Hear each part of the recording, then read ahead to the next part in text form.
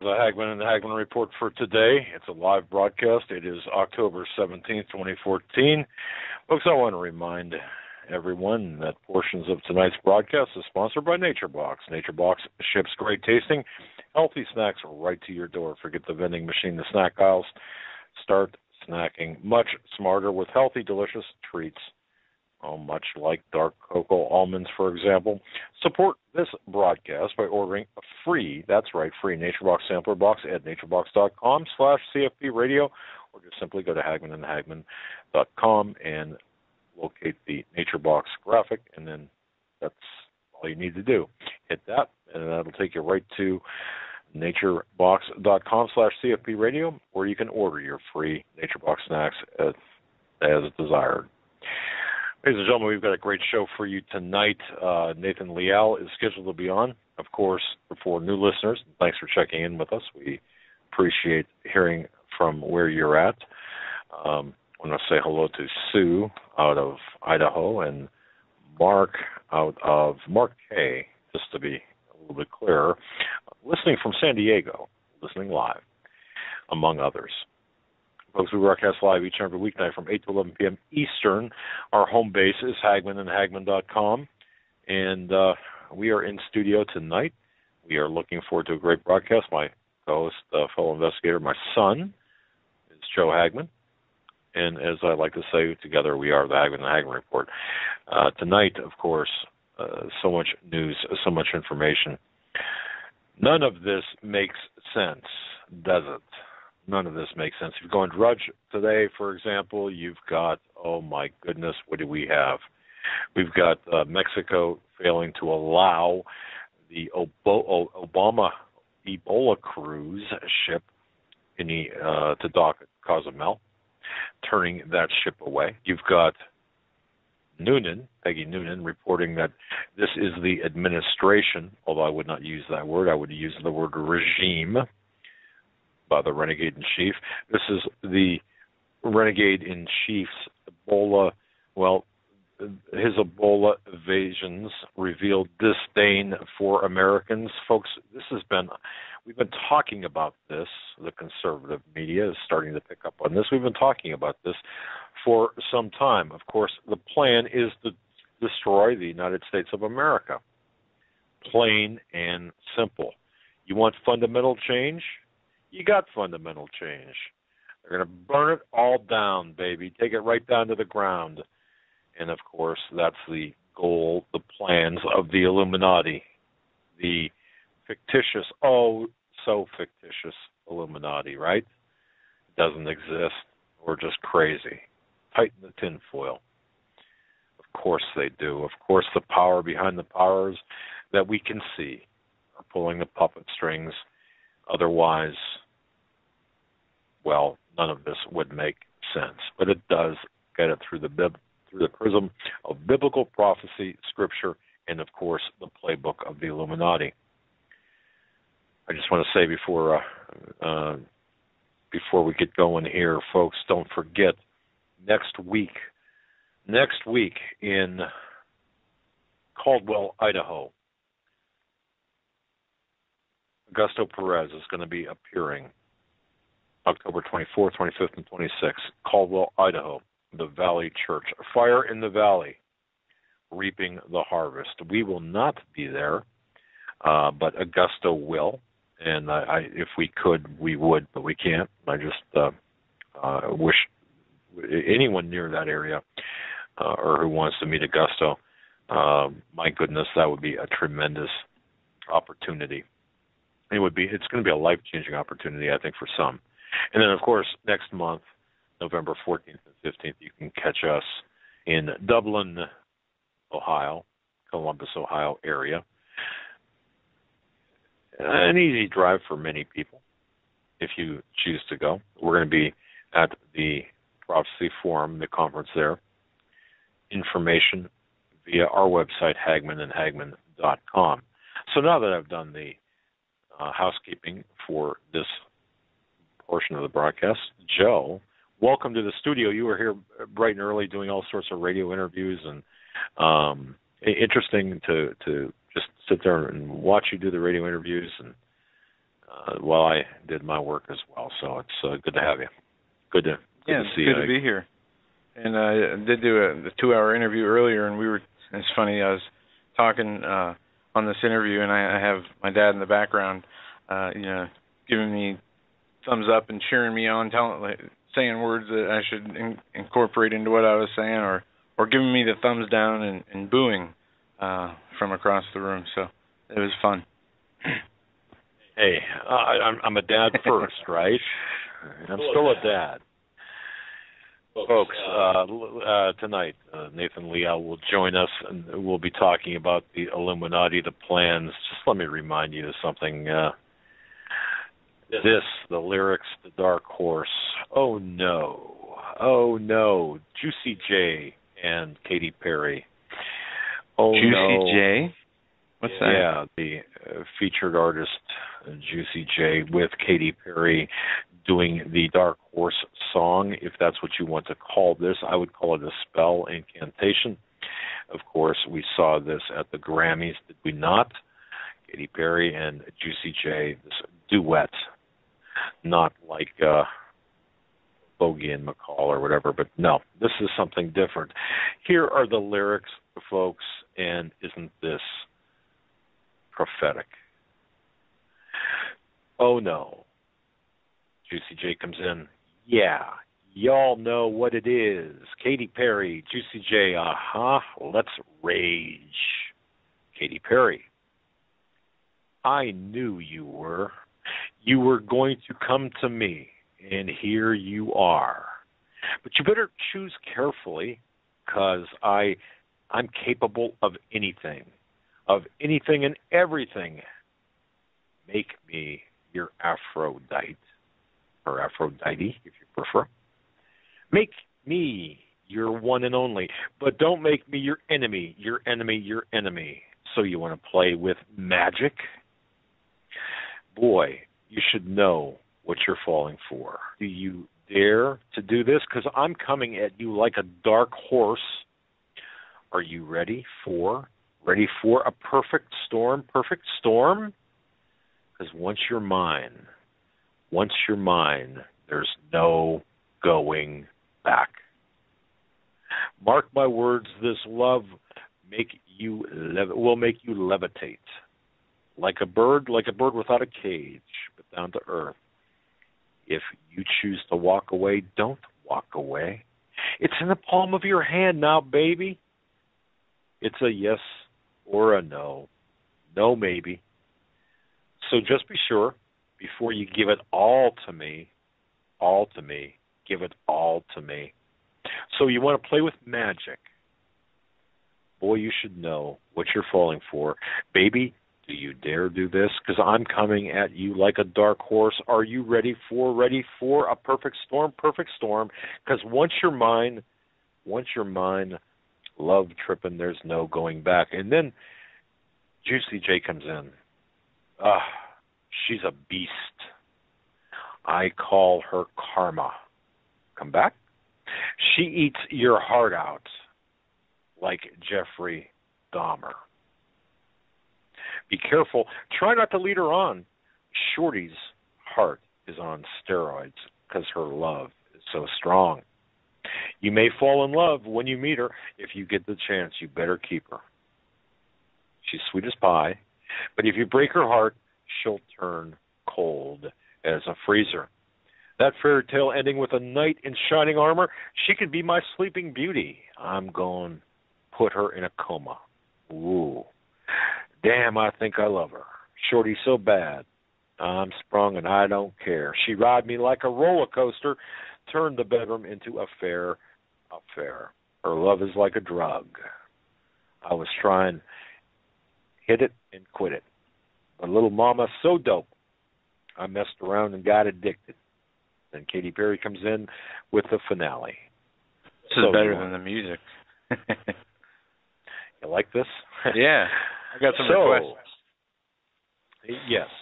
Well, so you want to play with magic. Boy, you should know what you're falling for. You should know. Baby, do you dare to do this?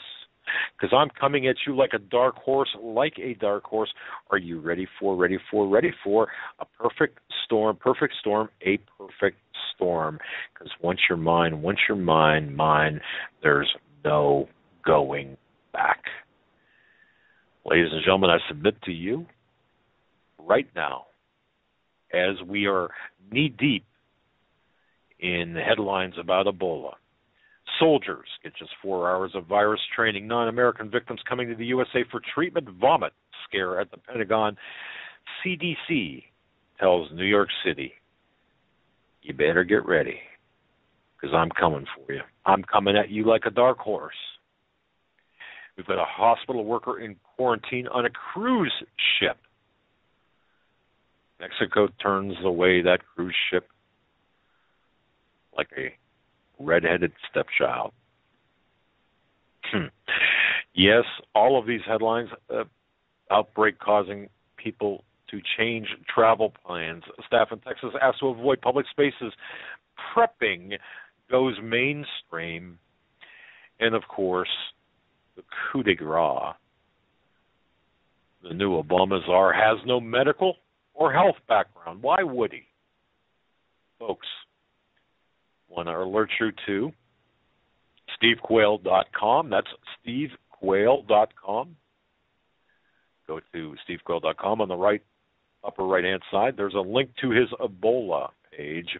On that page, 6 hours, a minimum, with Joe, Doug, that's me, Steve, and a medical doctor, referenced only as Dr. S because he's still in practice, and there's some other issues. Then, of course, people might know who he is, but bottom line is talking about the seriousness of this, and I talked once again to Steve early this morning. I mean early. This guy doesn't sleep. And once again, where's the beef? Where's the blood? Are we getting hoodwinked? What kind of virus is this? Is it Ebola? Or is this a mutation? And as Jack, God bless you, Jack, as Jack said, Steve Quayle verified it, death is in the needle. Think about that. Ebola came into this country via aircraft, like 9/11. Template right from 9/11. Look what 9/11 happened. Look what 9/11 brought us. Some, most informed, called 9/11 a false flag. You've got to understand the definition in this case of false flag. That doesn't mean that it didn't happen. It means that it didn't happen the way it was said to us, right? You think this is any different? I think not. In terms of it's not making any sense. This is making as much sense, ladies and gentlemen, as you watching the BBC and the BBC reporting Building 7 having collapsed, yet it remains in the background. Does that make sense to you? Does Building 7 make sense to you? I asked, does Ebola make sense to you? Open borders make sense to you? Common core man. Yeah, that's right. How did Thomas Duncan get here to this country? Who paid for his ticket? What associations does he have? Patient zero, right? And what about the CDC saying, oh, go ahead, go to Cleveland? We hear first she's asymptomatic. Now we're hearing that, oh, wait, I guess that wasn't quite right. Symptomatic, 3, perhaps 4 days prior to getting the okay. Who's calling the shots and why? What's the ultimate target? Well, just like this perfect storm, it's to take America down. And there's a number of ways this will happen, but this is going to be I believe this, in part, is going to be responsible for taking America down in terms of the economy. This is a shot at our economy. This is the self-immolating phoenix, only to be reborn into a new world order. And who better to do that than Bathhouse Barry, Barack Hussein Obama, Michelle Obama, and the Clintons, and we'll throw in the Bushes for good measure, right? Just to be accused of being partisan. And, of course, don't forget all of the things that Nathan and others on the program, Paul McGuire, Nathan Leal, and others talked about, Doc Marquis, Steve, and other people talked about on this program. All the signs, all the Illuminati generated warnings. Prepare, prepare, prepare. Whether it be the 2012 ceremonies regarding the Olympics, the 2012 Olympic ceremonies, with all of that weird, odd, pandemic play stuff, or the 2014 Super Bowl ceremony, or the Super Bowl commercials, where we know the power elite communicate not only amongst themselves, but fulfill their requirement to tell us what's going on, or what will be. Are we seeing that now? I think we're seeing the beginning stages of that now. And that, folks, opens tonight's program.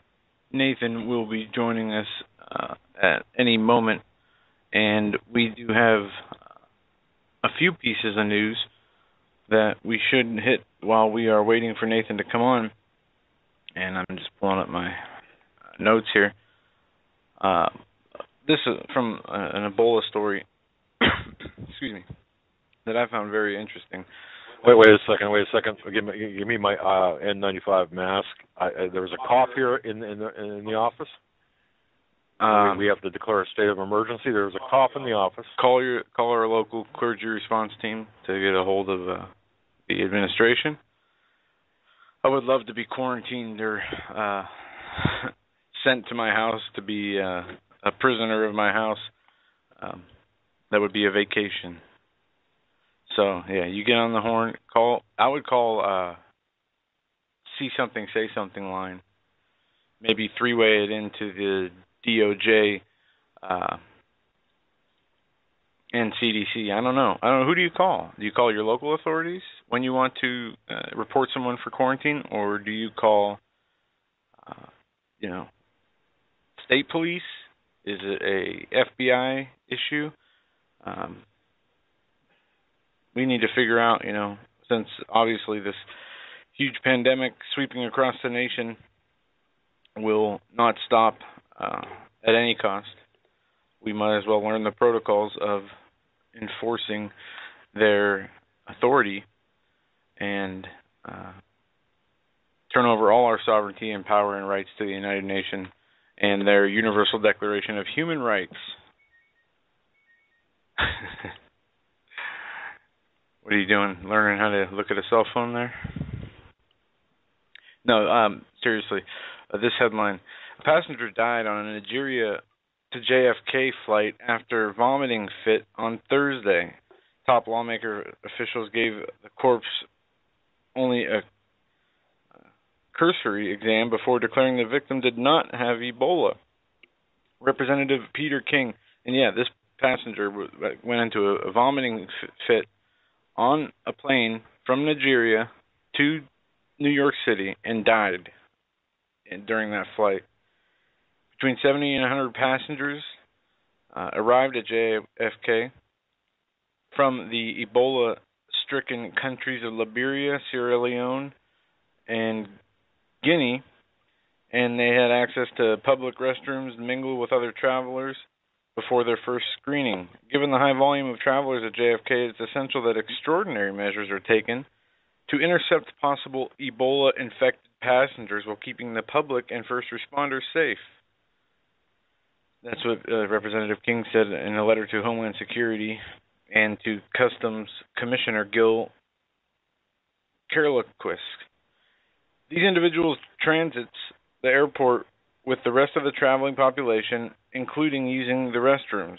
It's only after they arrive at Customs and Border Protection primary screening locations that they are separated and sent to a secondary inspection for their medical screening, and a complete questionnaire is given to them. His letter demands Homeland Security immediately beef up protocols for potentially infected passengers, both in flight and at the terminal itself prior to their reaching their screening location. The letter demands better training and safety equipment for Port Authority police and Customs and Border Protection officials who can or may come in contact with high-risk passengers.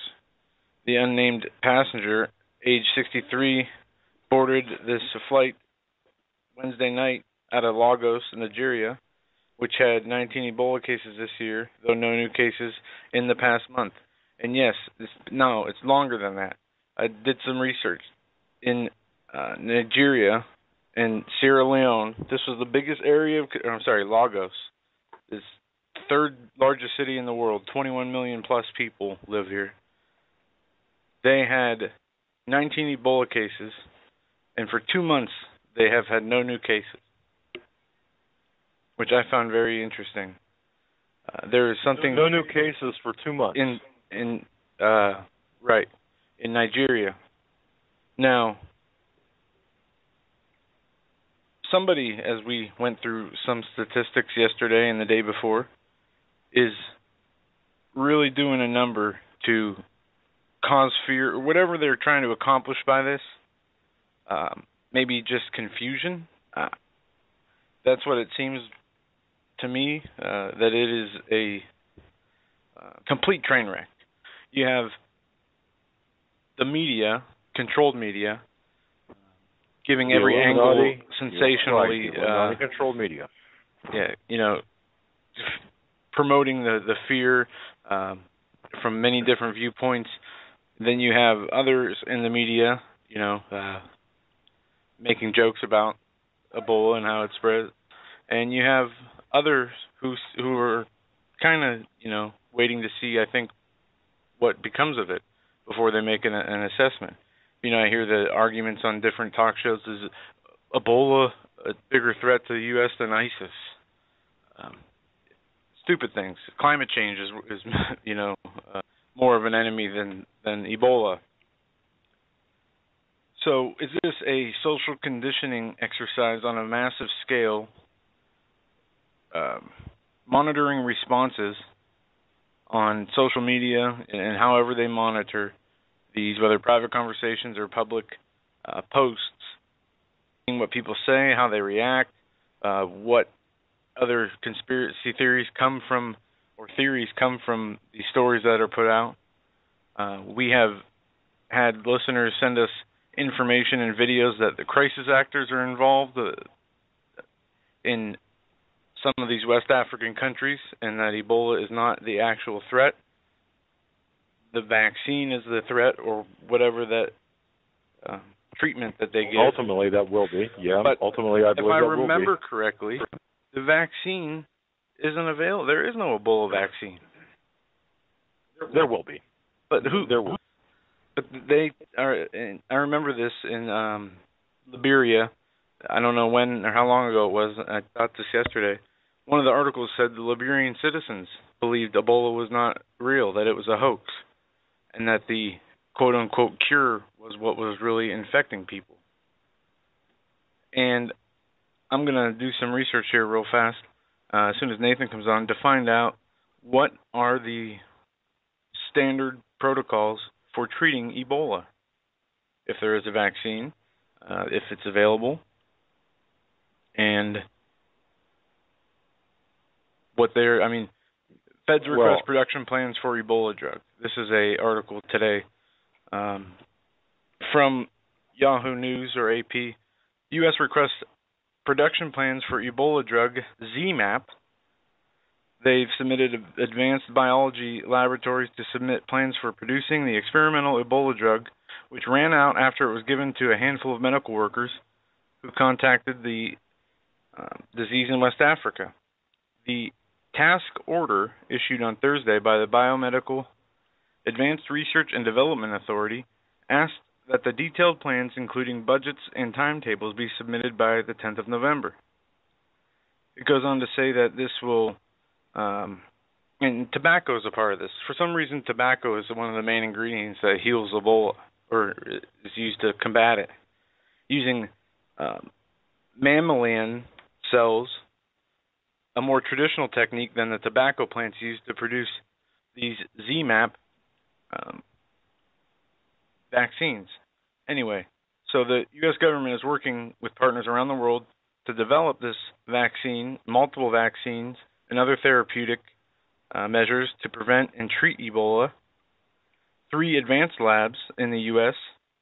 are, with the partnership of the U.S. government, are tirelessly working here to get these ZMapp vaccines, scaling up production to disperse them into the public. Well, meanwhile, okay, and if you go to stevecoyle.com, on his Ebola section, top headline, I'm a hazmat-trained hospital worker. Here's what no one is telling you about Ebola. And very simply, he said, or the writer of this, Abby Norman, who is a writer and healthcare scientist, says, Ebola is brilliant. It's a superior virus that has evolved and fine-tuned its mechanisms of transmission to be near perfect. That's why we're all so terrified. There's that word, terrified. You see, we cannot destroy it. All we can do is try to divert it, outrun it. There is no virus at this, or no vaccine at this point for it. Well, let's see here. They can't destroy it by virus. But believe me, according to what we talked about earlier, they're going to come at us with a needle. And I do believe that this is part and parcel to it. Just look, folks, look at what, Joe, I understand what you said, but look at the damage that's being done already. Well, the damage being done emotionally to people who are uneasy and allow themselves to be shaken up by Ebola. 1 person has died who came from Africa infected. 2 other workers have been infected. The American workers who went to West Africa, who came back here to get treatment in Atlanta, were all recovered. 3 of them recovered. So, I don't know, the chances of these 2 workers, I would say, are fairly, at least 75-25 for them to survive, I would say. Why? I don't know. What's involved in that? Because I don't believe what we're dealing. And I referenced the research of Steve and others. We talked, and I don't believe what we're dealing with is the Ebola Zaire virus or the other type of virus. I believe this is a mutation. I think Steve does as well, and Greg Evenson does as well. This is some sort of mutation, perhaps a laboratory created. Yeah. I'll just say a bioweapon type of thing. And what is this designed to do? It's designed to instill fear, panic, as well as death. But death will come, not necessarily at the mortality rate of this mutated virus, but death will come in other means, by civil unrest, by civil disharmony, and busting up the place, the United States, as well as through the vaccine. So this is what I think it is. And the really the icing on the cake, or the capstone on the pyramid, is to destroy the U.S. economy, and also to have de facto martial law. People laugh at that and say, "Oh, that come on, you again, your tinfoil hat's too tight." But think about it. You're going to be called, not you, the audience, but people around you will be calling for mandatory quarantines, and they'll be calling for, watch, all of a sudden they're going to have a vaccine that'll be. I'm volunteering for quarantine. Yeah, well, that's all well and good, unless you've not prepared for a quarantine. But the fact of the matter is, the objective here is to destroy the United States of America as we know it, plain and simple. Why do you think the borders are useless? Why do you think that no one is talking about or no one is closing down the borders? Are you serious? It would affect trade? Come on. Is that what really is the cause of this? Well, and isn't it interesting, the even dispersal of the victims of this mutation of the Ebola virus across the United States? Having said that, our very special guest tonight is Nathan Liel from Watchman's Cry. And in fact, if you go to HagmannandHagmann.com, HagmannandHagmann.com, right there on the top story is the link to Nathan's website, and that is Watchman's. Let me just verify that. My goodness, that is Watchman'sCry.com. It's just Watchman'sCry.com. I would urge everyone to go there and to read what Nathan has uncovered via his research. Boy, I'll tell you, he's a great guy. Yeah, and Nathan, it's great to have you on. I understand you want to talk about Ebola this evening, so if you want to start there, go ahead, or wherever else you'd like to start. Well, thank you, gentlemen. There's a lot of things that I need to talk about, and I just want to get started right out of the gate. Doug and Joe, I am very, very concerned over the things that are happening, and I also agree, and I understand the questions that you were bringing up earlier, because I believe that most of the awake public is asking those same questions. They are noticing anomalies, confusion, inconsistencies, and just stories that do not make sense. We are seeing duplicity. We are seeing we're seeing incompetence with professionals who should know better.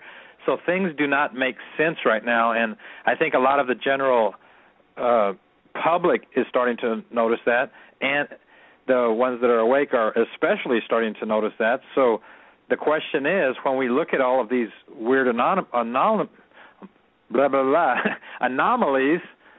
is what do we do? How do we process it? What's the conclusion? So I want to talk about that tonight, and I really need to stress that I don't think that we should be just looking at it from a casual point of view. Gentlemen, I'm very, very concerned that we've entered a new chapter. The next stage of the plan is here. As you told me off the air, Doug, we're in the fourth quarter. The plan, we're beyond the halftime now, and things are starting to unravel. They're going to start happening, and I'm going to talk about all that tonight. I'm also going to talk about a prophetic dream that I had last Friday on October the 11th, and I published it over the weekend. Many of your listeners have probably already read it, but I'm going to make mention of it and cite it because that dream that I had summarizes what's about to happen, and I'm going to break it down. Listeners, if you have not read my prophetic dream, you can go to my website, watchmanscry.com. It's available on the front page, and you can read it and follow along. But Doug and Joe, I think that we're in trouble. I believe that we're at the place where we need to change our strategy. And Joe, a few weeks ago when I was on, I was stating that if people really knew how serious our situation was, they would be changing their priorities, they would be clearing their schedule. And I maintain that because right now we are in the last minutes. We're in the last days or weeks.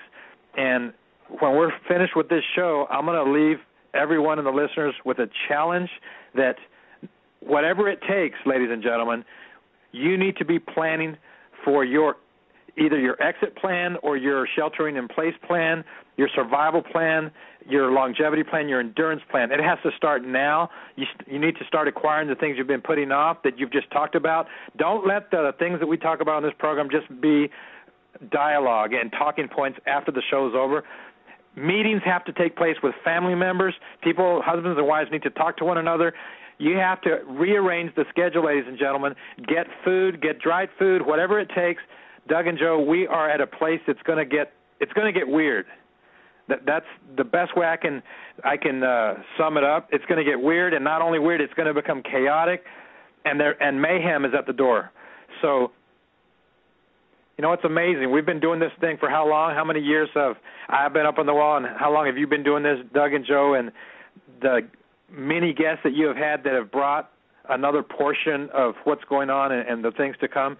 And if we take all of those parts and lay them on the table as a puzzle and start assembling them together, we're starting to see the picture, and the picture's always been clear, and we've always known what the picture is in the end game. But the thing that's hard to swallow and hard to process as regular people is, as Americans or residents of the West or first world living, we are not accustomed to seeing mass chaos to the point where there's dead bodies in the street. We're not used to that. We can't fathom it. The rest of the world can. In South America, they know what dead bodies on the side of the road look like. In the Middle East and Asia and in the East, they know. But here in America, we can't fathom it. So instead of preparing for it and believing that, yeah, the worst case is at the door and it can happen, it's hard for our brains to comprehend that. So then there's a tendency to try to misdirect it and say, well, no, it's just all a ruse, it's theater. There's no way it can happen like they're saying, because that's just too crazy. I mean, how could that many people die here in America? So it's hard to imagine that. But if we look through the lens that we're supposed to be looking through, multi-dimensional lens, including the spiritual realm, which includes the end times, which includes Bible prophecy and God, and also what time it is, which includes that America's under judgment and so is the world.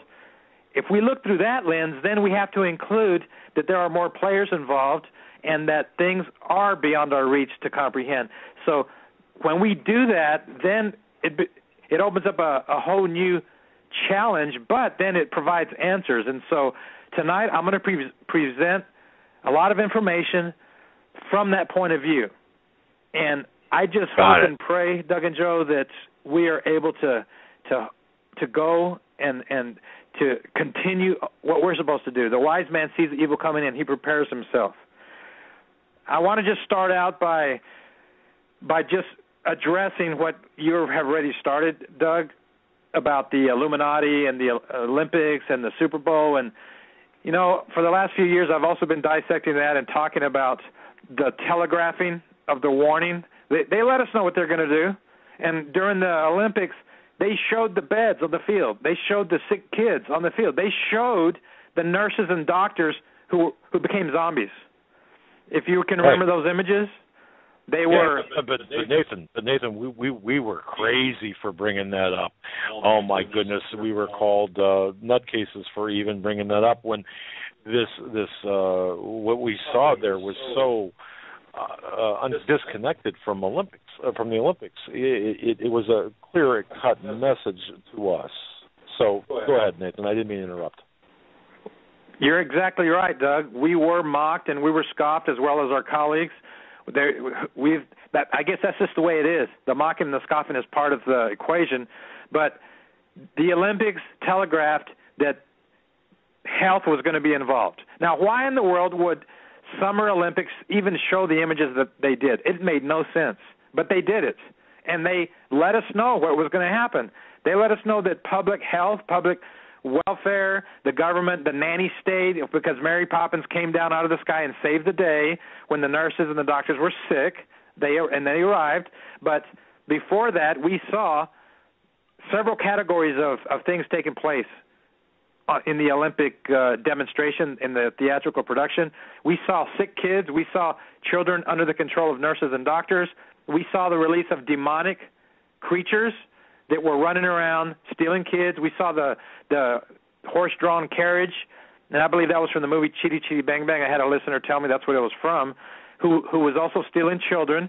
So all of those things are hints of what's going to happen.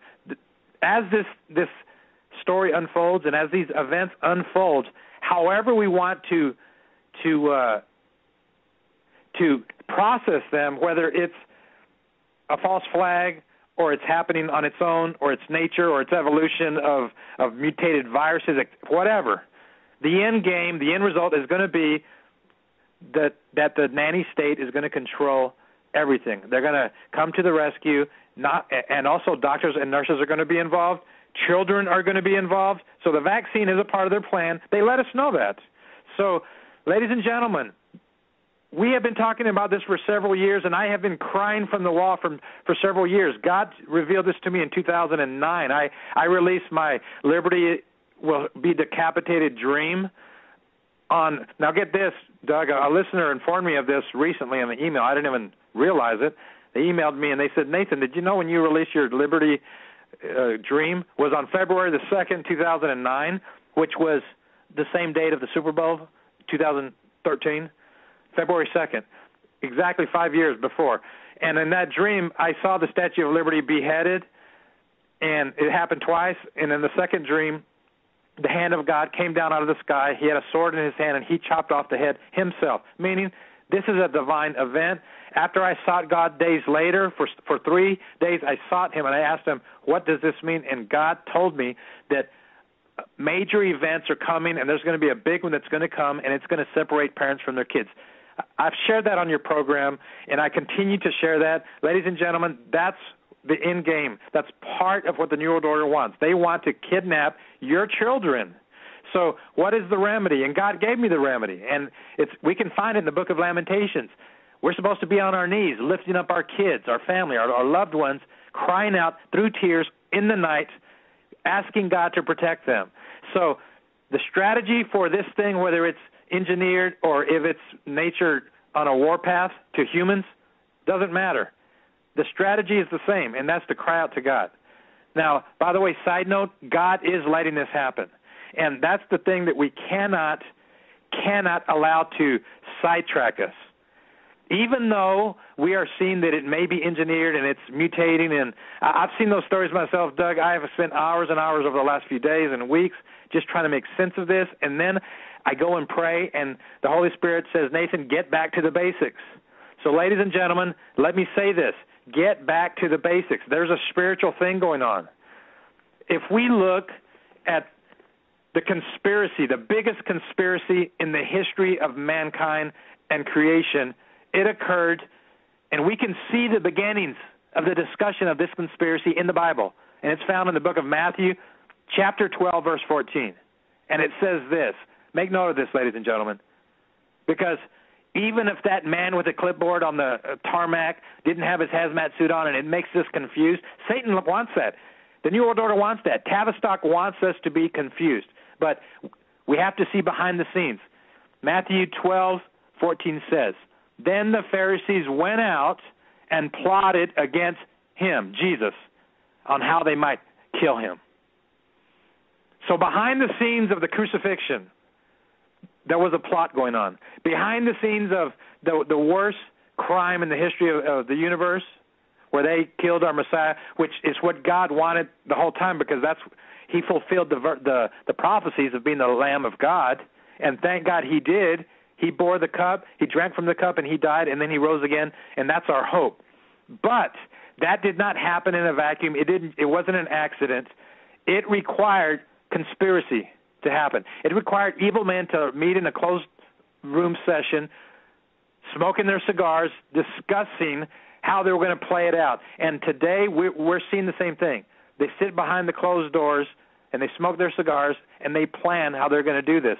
So even though it's a conspiracy, and even though there's man's evil, ugly hand involved, ladies and gentlemen, we cannot forget that it's still a divine plan that's happening. And if that's the case, that means God is going to allow some things to take place. And I have been crying out with this message for years, Doug and Joe. God gave me the prophecy in 2008, April the 18th. It was published. Judgment has begun. And that's the other thing that cannot be forgotten. Judgment is here in the United States and in the world, and judgment has certain elements that are a part of judgment. There's 4 elements. I've shared that many times on your program as well as on my own programs. Judgment includes famine, the release of wild beasts, which are satanic demon hordes, pestilence, and then war. So pestilence will make an appearance in America because it's God's judgment. Now, if we go back and look at the calendar of when the famine judgment officially began, in my opinion, I believe that it began on September the 28th, 2008, when we saw the stock market drop 777. That happened on Rosh Hashanah, or the eve of Rosh Hashanah.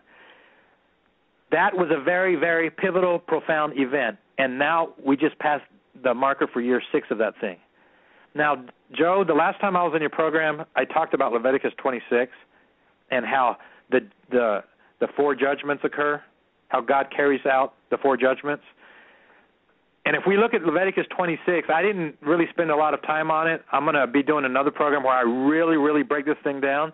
But if we look at Leviticus 26, it tells us what transpires during the judgments. The first round is the warning round, the salvo over the bow of the ship to get everybody's attention, to make us realize that we're not alone and that we're not an island and that God is keeping score. But that is found in Leviticus 26, verse 16. It says, I will do this to you. I will appoint terror over you and consumption. I love it.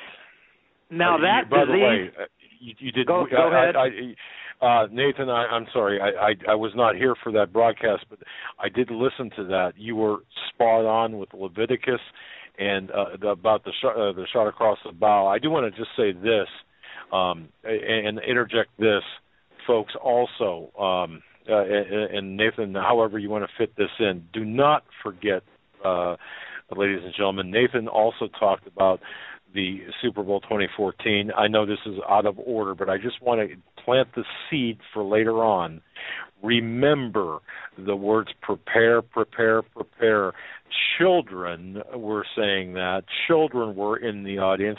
And what do we see in addition to Ebola? Let's not forget the Entero D68 virus that originated, we know, in Central America and has been distributed all across the United States, all 48 states, if not all 50, or 57 if you're Obama, depending on what your outlook might be, your religious proclivities might be.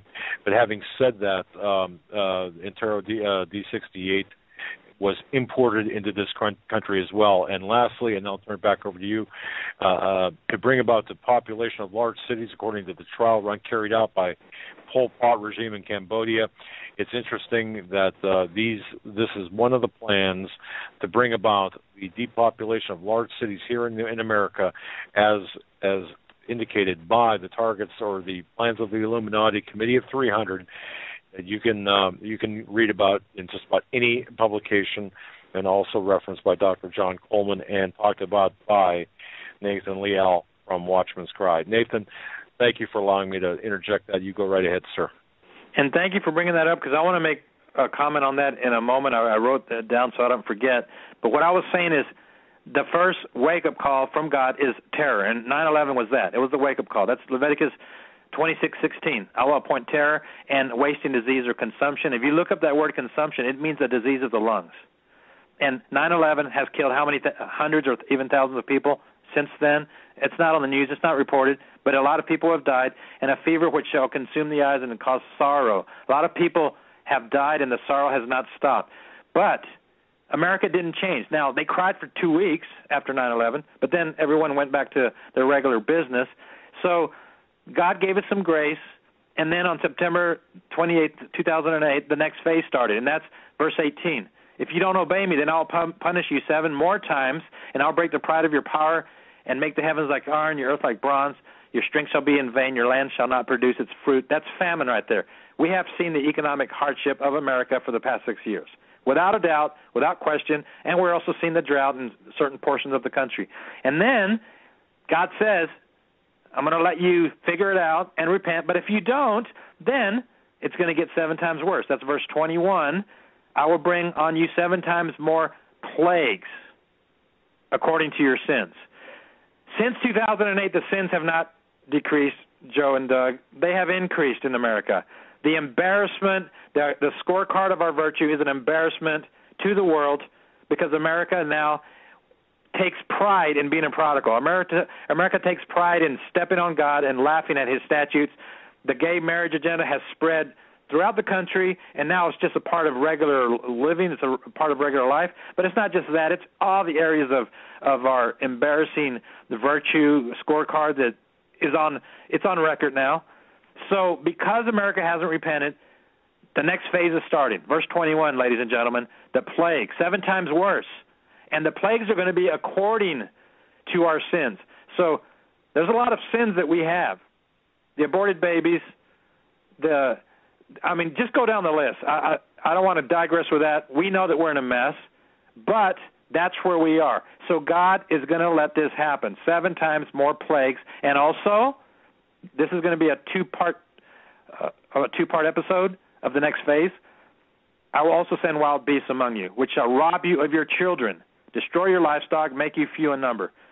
That is also going to be the next part of this coming saga, which includes wild beasts, demonic hordes. That's ISIS, and it's the release of demonic spirits that are going to wreak havoc. Now, how interesting is it that the Olympics showed us that? They came out from under the ground, they came out from under the tree, and they walked all over the field, and they just let us know that the incantation was in motion, the summoning was successful, and these creatures that they pulled out of the earth were sent home with all the athletes, so every nation of the world was sent home with a spell, a curse, if you will. And I know this sounds superstitious, but ladies and gentlemen, again, we need to look beyond the regular veil and limitations of the natural and of science and of first world technology that blinds us to the truth. This thing is in motion, so the plague judgment has begun, and we are watching the very beginning of it.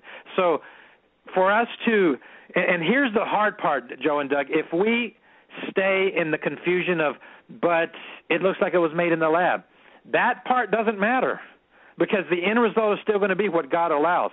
Every time God judged Israel, he used human agency.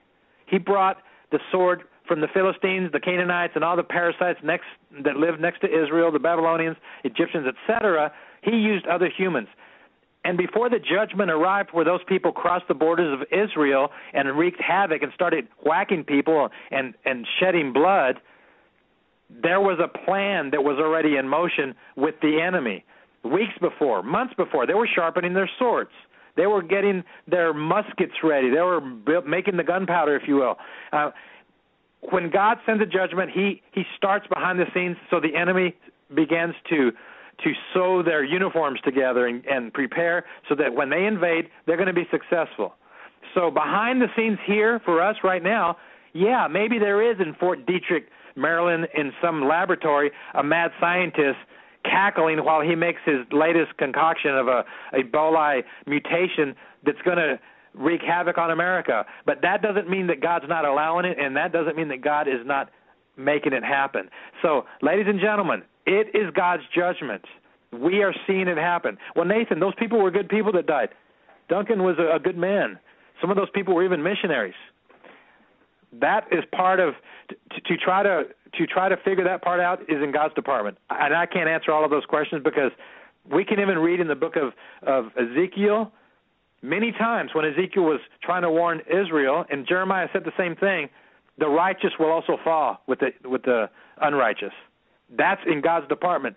So being that a person is a Christian does not eliminate them from dying in the judgment. It doesn't mean that they won't die. The book of Revelation shows us a glimpse of millions of people crying out who were beheaded by the beast, saying, God, how long till you make this right? So good people do die in judgment. So does that mean that we're without hope? No. It just means that we have a lot of homework to do, and even though I know that the righteous do perish during the judgment, I'm going to up my efforts, and I'm going to increase my efforts and increase my prayer time and increase my Bible seeking, and I'm going to increase the efforts to God to ask him to protect my family for Psalms 91, because that's our homework, ladies and gentlemen. Joe and Doug, we can't surpass that. We can't disclose. We can't deny it or set it aside. Now, sadly, let me just say this, Doug and Joe, and I say this with disappointment. Sadly,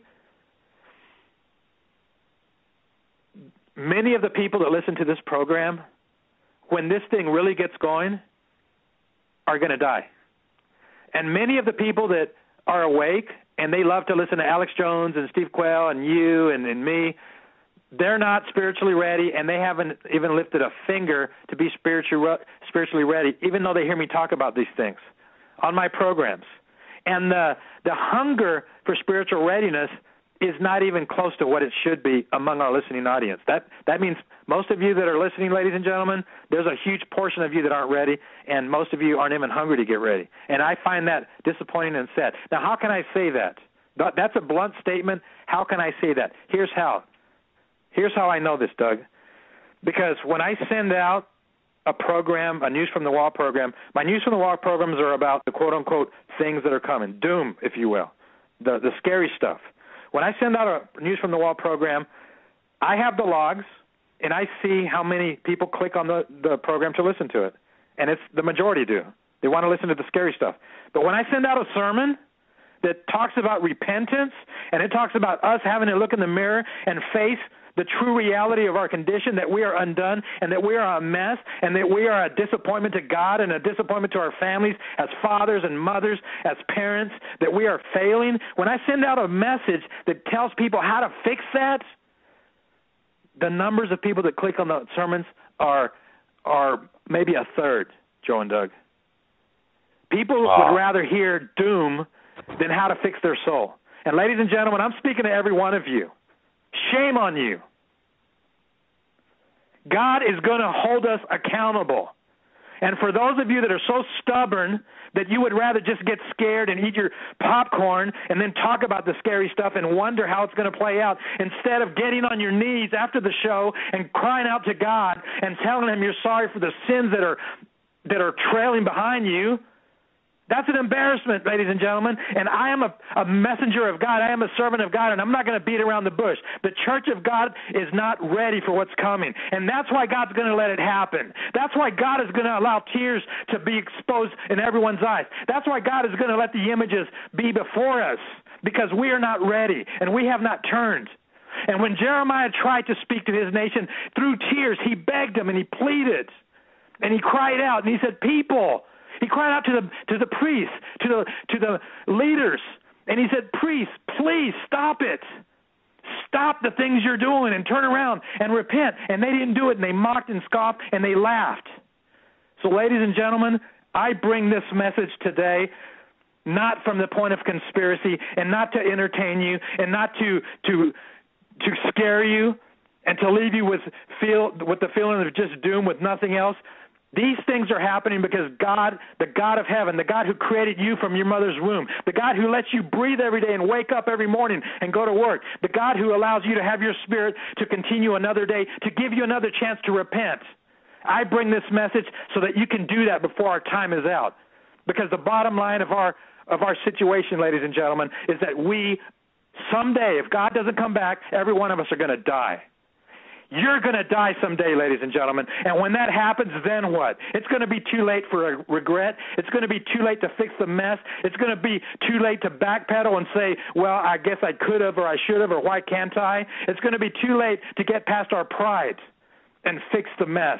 So, ladies and gentlemen, we're in a mess right now. This country is in a mess, and I stand before you and I cry out right now with this voice saying that time is running out. And I don't just mean to buy dried food. Time is running out to have a solemn assembly. Time is running out, Dad and Mom, for you to finally start standing in the gap for your teenagers that are away from God. I get emails from people that say my teenager won't come to God. My husband won't come to God. My wife won't come to God. What's the remedy for that? It's called standing in the gap. It's called turning off the TV. It's called spending time on your knees, crying out and holding them up, pleading, standing in the gap between the plague and them, just like Aaron did when the plague came to the children of Israel. Ladies and gentlemen, time is running out, and my cry today is that the people of God and that the people that are listening would wake up and realize how dire our situation is. Now, Doug, I see the clock. In the second hour and the third hour, I'm going to share my prophetic dream, and I'm going to share what's really happening. And ladies and gentlemen, I know that I am speaking with passion, but I have to. Thank you for that. Thank you for that. Because when we hit our knees tonight, instead of saying, hey, God, can you do this for me? Let's have some real prayer, and instead of asking, let's have some praise and repentance, as Nathan Leal has discussed or has so passionately cried for. My goodness, that was a tremendous first hour. Folks, our very special guest tonight, Nathan Leal, watchmanscry.com. Bookmark that site. And, in fact, it's accessible via Hagmann and Hagmann.com. Welcome back, ladies and gentlemen, to hour number 2 of the Hagmann Hagmann Report with our guest tonight, Mr. Nathan Leal. His website is watchmanscry.com. Bookmark that site. There's constant articles, videos, audio sermons, and messages, as well as an interactive forum to join. It's a great place to listen to the archive of Nathan's sermons. Okay, let me ask you this. Are you or any others experiencing audio problems with our broadcast? I'm getting reports. Karen, thank you for this. Been all week. All right. For me, at least. Nathan, how does it sound on your end? You sound good here on the phone. Okay. Any distortion or getting cut out at all? How about from the chat room? Any feedback from there? Okay. Looking at that. No, fine. Okay. Sounds all great. right. I just got a couple of emails from people who are having some difficulties, but maybe it's all their ears. Just kidding. No, but well, okay, fine. Let's move along. Boy, I'll tell you, Nathan, you're on fire. You're exactly right. Amen. I got a lot of people saying you are right on the money, Nathan. God bless you for bringing this up. We need to hit our knees. We need to repent. We need to stand in the gap. And it's about time somebody comes out there and says exactly what you said with the passion that you said it with, and keep on going, brother. Well, thank you, Doug. You made mention in the previous hour of the Entero 68 virus, and here in northern Idaho where I live, there's been some sickness going around where half the town has been battling it, and it also affected me here in my house. And after it was around it's lasted a month, by the way, with my whole family. I have 3 kids and my wife, but it's been around back and forth. It leaves and comes back. It's lasted a month, and let me tell you what the symptoms are, because I'm very suspicious that it might be that Entero 68 virus. But with me, for the last month, I have been battling. It seems at first like it's the flu, and you have a low-grade fever, and then different symptoms will go and come. With my children, it began with them having fever, and I have a 21-year-old, a 14-year-old, and an 8-year-old daughter. They started with the fever, and they just slept for several days. Their fever got it pretty high, and then they recovered, and we thought it was great, and they were going to be okay. They were good for like 2 or 3 days, but they were weak, and then the fever came back after several days, and they started just vomiting every 15 to 30 minutes for 2 to 3 days. Whoa. Well, one of them did it for several days, and then the other one did it. They were able to beat it in maybe a day and a half approximately. But then it starts with the vomiting, and then after that, of course, you're dehydrated and weak, and there's a recovery time. And then they got better for 2 or 3 days, and then it came back again, and then it hit them with fever, and then it was in their lungs. And as a parent, of course, those of you that are parents, you know how scary that can be with your kids because we're the pneumonia thing. And my daughter had it pretty bad in her lungs, and we had to do all the measures to get steam into the room and do all of those things. And we've done everything naturally, and we've tried to boost the immune system. But even with doing the silver and all of the alternative things that are out there, this thing is still very tough to beat. So with me, I didn't start throwing up. I was able to combat it better than my children, but still for the last month I have been down. And when I recorded the program with you last time, Joe, I was right in the middle of it, so I was kind of struggling along there. But the other thing that's very odd with this sickness is your legs. The muscles in your legs hurt the entire time. And to this day, it's been about a month now for me, but your legs really hurt. The muscles in your thighs and in your calves and your shins, they hurt. And I've never had a sickness that did that. So when I was looking at the symptoms for this virus, the 68, they said it's paralyzing some children and adults. It makes their legs hurt. So that right there raised a red flag that that's possibly what's going on here. And one person in our area has already died of it. And I'm pretty sure that this thing it's being bumped on the news because of Ebola, but this thing is really infecting even more people. Probably in the millions right now are combating this thing nationwide, coast to coast. I'm hearing about it. So I just want to bring this up that I have never seen a sickness that goes and comes back like this, and I am very suspicious that this thing is also one of their creations in the lab. And that, Joe and Doug, I believe that if we are entering the age of plague, we're not going to be limited to just Ebola or this one. I can see, because God says 7 times more plagues. So I can see that there's going to be a variety of sicknesses and illnesses that are off the charts and just weird. It'll be a resurgence of sicknesses that we haven't seen in a long time or that are rare. And they're going to be spread across the United States because that's what's going on. We're going to see TB in ways we've never seen before. And whatever method the New World Order uses to spread it and bring it here, they're going to use it. They're going to pull out all the stops. And already it's pretty easy to conclude that many of the illegals that came across the border were infected with various sicknesses, and they're going to continue coming, bringing their sicknesses, which brings up a comment that was made by, you probably heard a comment from Kelly, that military gentleman who stated that if Ebola makes it to South and Central America, those people are going to then flee South and Central America. They're going to come north, and we're going to have a barrage of infected people. And then he said, Katie bar the door. I've never heard that term before, but he said it's just open it up because they're going to come in. So, Doug, there's a lot of threats. And over the last few years, we've been talking about the invasion threat from the South, but I did not foresee that it was going to include people from the South coming in with Ebola.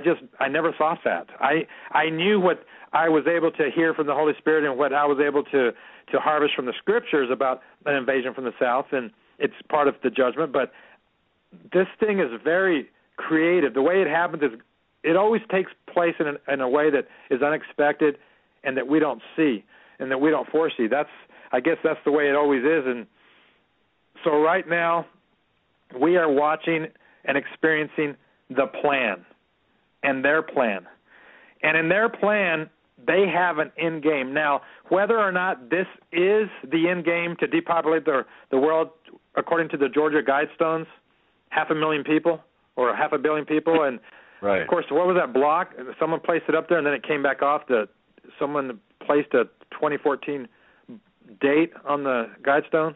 Then I saw a video of the maintenance worker taking it down, so I don't know what that was, but that thing's very mysterious. But it's also very telling because they let us know right there and how many people know about this plan. So is this Ebola event that's happening right now, is it going to phase out? And that's the thing that I need to qualify. I don't know if it's going to phase out with Ebola, but then something else will take over. So I need to qualify this. I'm not saying it's Ebola only. I believe it's going to be pestilence and plague, though, at some point, and it's going to get worse and worse. So the big question is this the beginning of the big one and the big plan? And is this going to be what will require for the people to change their outlook and to change the way that they think? Now, Joe, I sent you, or you said you had it up, the Brzezinski quote.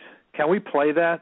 Yeah. Because Brzezinski, he's on record, and you've played it on your program before, and so have I, but I just want to remind the listeners of what Mr. New World Order Brzezinski said. By the way, he's one of the chief main underground invisible advisors for Mr. Ebola Berry. So he's part of the individuals, he's the academic string of the puppet master design. So he made a comment that was, go ahead and play it, Joe, because there's no way to explain this one. You're right, Nathan, and ladies and gentlemen, do not forget that the spawn of this man is in the Illuminati mass media, MSNBC, Mika, with Joe Scarborough. Just don't forget that the spawn reaches into our media and, of course, channels everything that goes on. So go ahead, Joe. Sorry about that. I wanted to get that in there.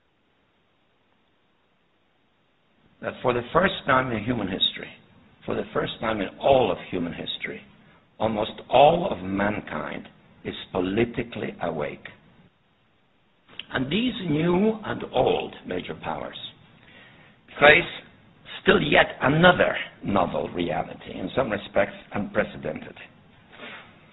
And it is that while the lethality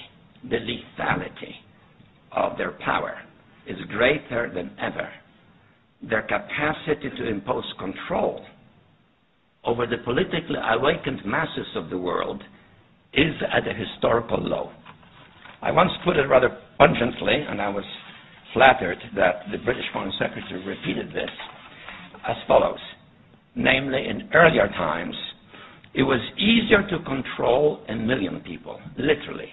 It was easier to control 1 million people than physically to kill 1 million people. Today, it is infinitely easier to kill 1 million people than to control 1 million people. It is easier to kill than to control. Wow. What do you say to that, Doug? Son of a gun. What a sick, sick, sick. I'll stop there. But there it is. And, you know, over the last few years, as we've come on and discussed current events, and we saw the Boston bombing, false flag, and we saw a lot of anomalies happen in recent American news developments and things that have taken place. And many times the outcome of general opinion, for the people that weren't awake, it was just a continual snooze fest. But for the people that actually are educated and who are not dumbed down and who understand the Constitution and who are God-fearing, they saw these events as an in-your-face attempt to destroy the Constitution. Example, the gun control thing that we saw after the Boston bombing and after many shootings that we have seen. It always seems to gravitate to gun control. But then the people will rise up and they'll start polishing the handles of their guns and getting out the weapons and getting ready for the revolution. And they want to fight. They're ready for it. There are some people that cannot wait for this. There are patriots that cannot wait for the fight to begin. But here's the interesting thing. If a certain event were to happen that would take the fight away from the people who are aware of the Constitution, the freedom fighters, the politically incorrect ones, the God-fearers, if an event were to come that would make them the enemy by most of the population, then it would be the war would be done before it even started. And I cannot think of anything that would fulfill that better than this Ebola crisis, because Mr. Henry New World Order Kissinger made a comment in France in 1991, and I have it right here in front of me, and I want to read this, and it says it all, and it summarizes what we're possibly about to see happen. Here's what he said. He said, "Today America would be outraged if UN troops entered Los Angeles to restore order. Tomorrow they will be grateful. This is especially true if they were told that there were an outside threat from beyond, whether real or propagated, that threatened our very existence. It is then that all peoples of the world will plead to deliver them from this evil. The one thing every man fears is the unknown. When presented with this scenario, individual rights will be willingly relinquished for the guarantee of their well-being granted to them by the world governments." And when we look at this threat of Ebola, Doug, how interesting is it that people are now crying for travel restrictions, where in the past we would say, no way, you can't restrict our travel, but now people want it to keep us safe. Close the borders to keep us safe. Restrict people coming here and there to keep us safe. Don't let people get on buses. Restrict certain people. Identify and categorize certain individuals who should not be allowed to get in a taxi cab, a subway, a train, etc., because they're not worthy and they don't fit the standards that we now need and that are necessary to keep us safe and healthy. This Ebola crisis could fulfill all of that. And how many well-meaning patriots and individuals who also believe in the Constitution would willingly say, yeah, go arrest my neighbor. They refuse to take the vaccine. I heard Mr. Blaze, what's his name? The Mormon guy on Glenn Beck, yes. I heard him yesterday, Doug. How soon till the vaccine comes out? This is crazy. They need to get it. If they were to shoot anything in my arm, I would take it to be safe from this Ebola thing. He's the mouthpiece for this. So the mood of people is going to change regarding vaccines and a lot of measures that in the past we were against. Ebola fits the bill for all of them. So in a way, when you consider and think about this method, it's very crafty. It has wicked genius behind it, and it's going to do its job to deceive a lot of people into tightening the noose and to raising the iron curtain around us and the wall and all of those things. And it's also going to equip Mr. Ebola Berry with the measures and his executive orders. He will gladly do them because we're asking him to do that.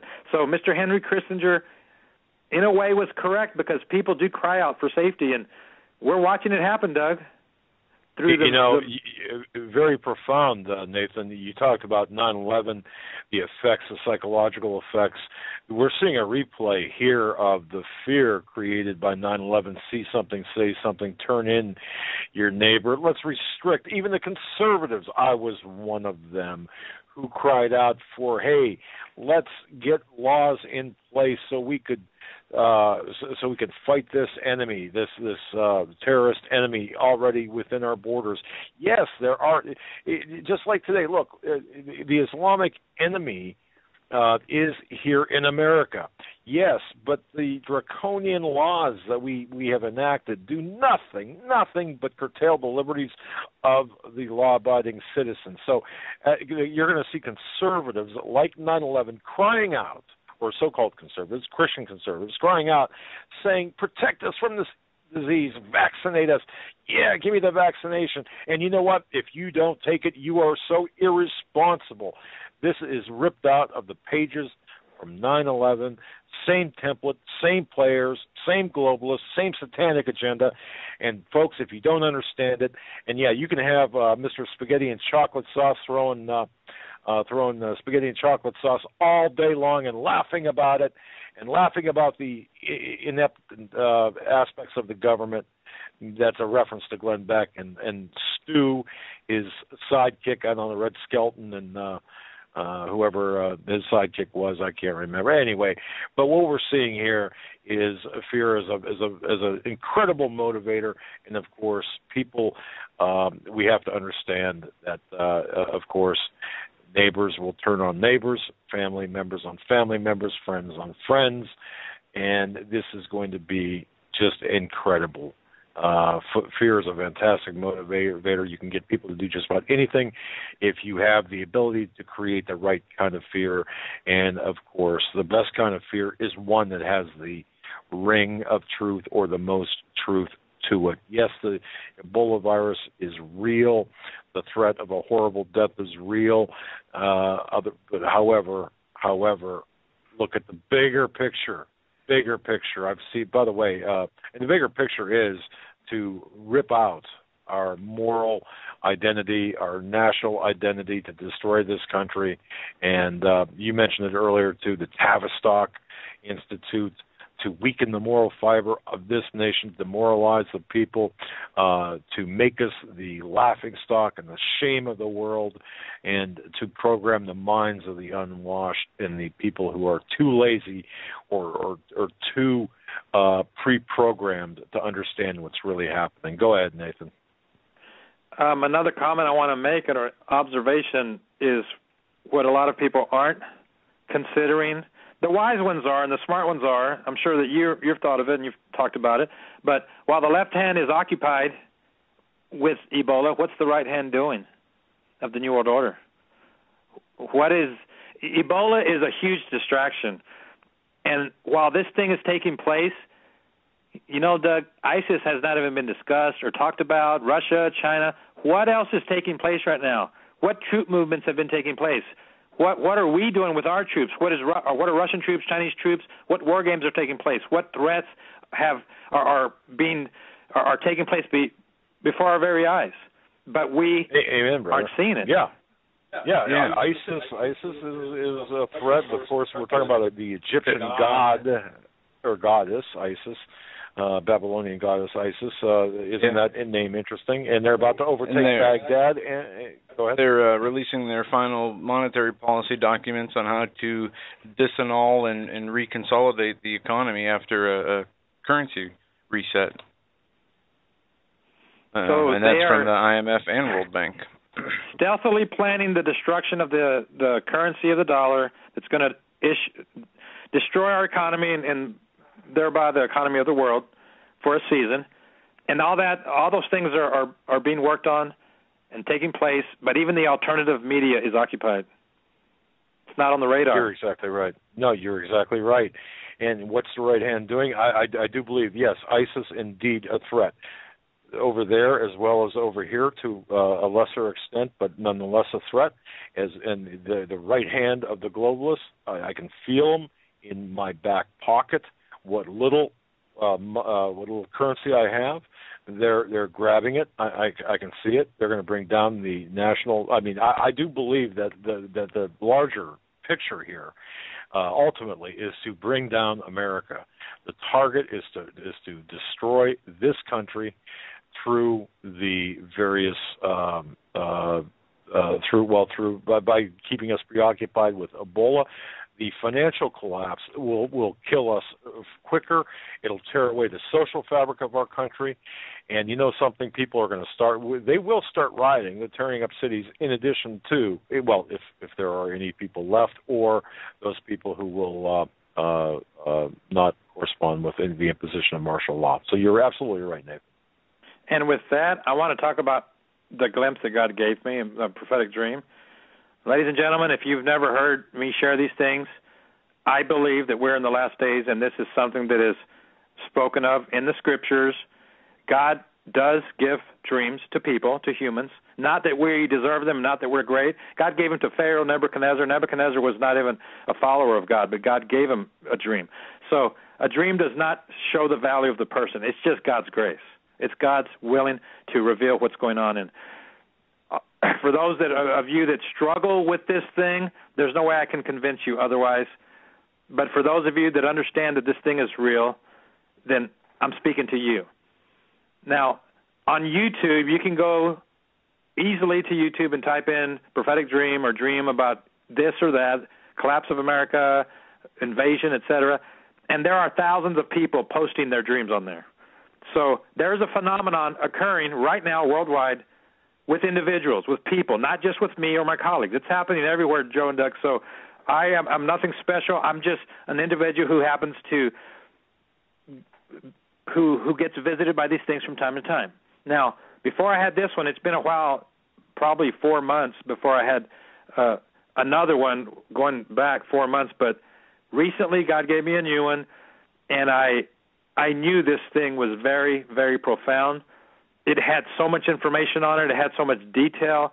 And so I published it. I placed it on my website. So if you go to my website, if you haven't read it already, it's up. It's at watchmanscry.com on the front page. And it says Prophetic Warning by Nathan Liao, The Coming Crash and Collapse of America. And you can follow along. And I'm going to talk about this now. Now, I had it on October the 11th. Interesting date, by the way. And I woke up, and I immediately spoke to my wife about it, and then I called up some of my friends, and I asked them what they thought. And I always do that when I have a dream because I want to get the counsel of others. I don't want to just try to interpret it on my own. I want to hear what others think, so I did that. And then I pray about it. I ask God, and then I search the Scriptures, and then I do research. So there is homework behind a dream. I don't just throw it out. So I published it, and this is what it had. This is what happened. In the dream, when it started, I was standing in the downtown area of a very large city in America. I don't know what city it was, but I was looking to the north, and I was on the edge of the skyline, the downtown area, and I saw the buildings in front of me. The buildings were approximately 20 to 40 feet, or 20 to 40 stories tall. And as I was looking at all of the buildings from the right, from the east, a plane appeared, and it was a white plane, unmarked, no markings. It was a passenger airliner, a fairly large one. And it was in a steep dive, but it was in a quarter turn so that its left wing was facing downward. And I asked my son, who dabbles with 3D rendering programs, and I scribbled on a napkin what I saw, and I asked him to make me some images. So he did, and they're part of the alert. So those images that you see are not the exact pixel-by-pixel recreation of what I saw. It's just, it was my son, an artist rendering. But it's pretty close. All right, now, the plane was flying sideways. It had no markings. and its left wing was pointing toward the ground, and it was in a steep dive, and then it went behind one of the buildings that was right in front of me. I didn't see it after that, after it went behind the buildings, but then within a few seconds, I heard, well, it's probably less than a few seconds, there was a fireball, there was a loud flash, loud explosion, it crashed. So I started to run to see the damage, and as I started running in my dream, instantly I was then inside one of the buildings that was overlooking the street where the airplane crashed. And the building I was in was about 20 to 30 stories tall, but it had glass in the window. The glass wasn't gone. But as I looked at the landscape, I could see for about a half-mile radius that the entire downtown area was heavily, heavily damaged. It was not flattened like a very strong nuclear bomb would do, but it was very heavily damaged. All of the windows were blown out, and some of the buildings were leaning over. Some of the buildings had part of their facade missing and chunks of their infrastructure missing. So there was a lot of damage.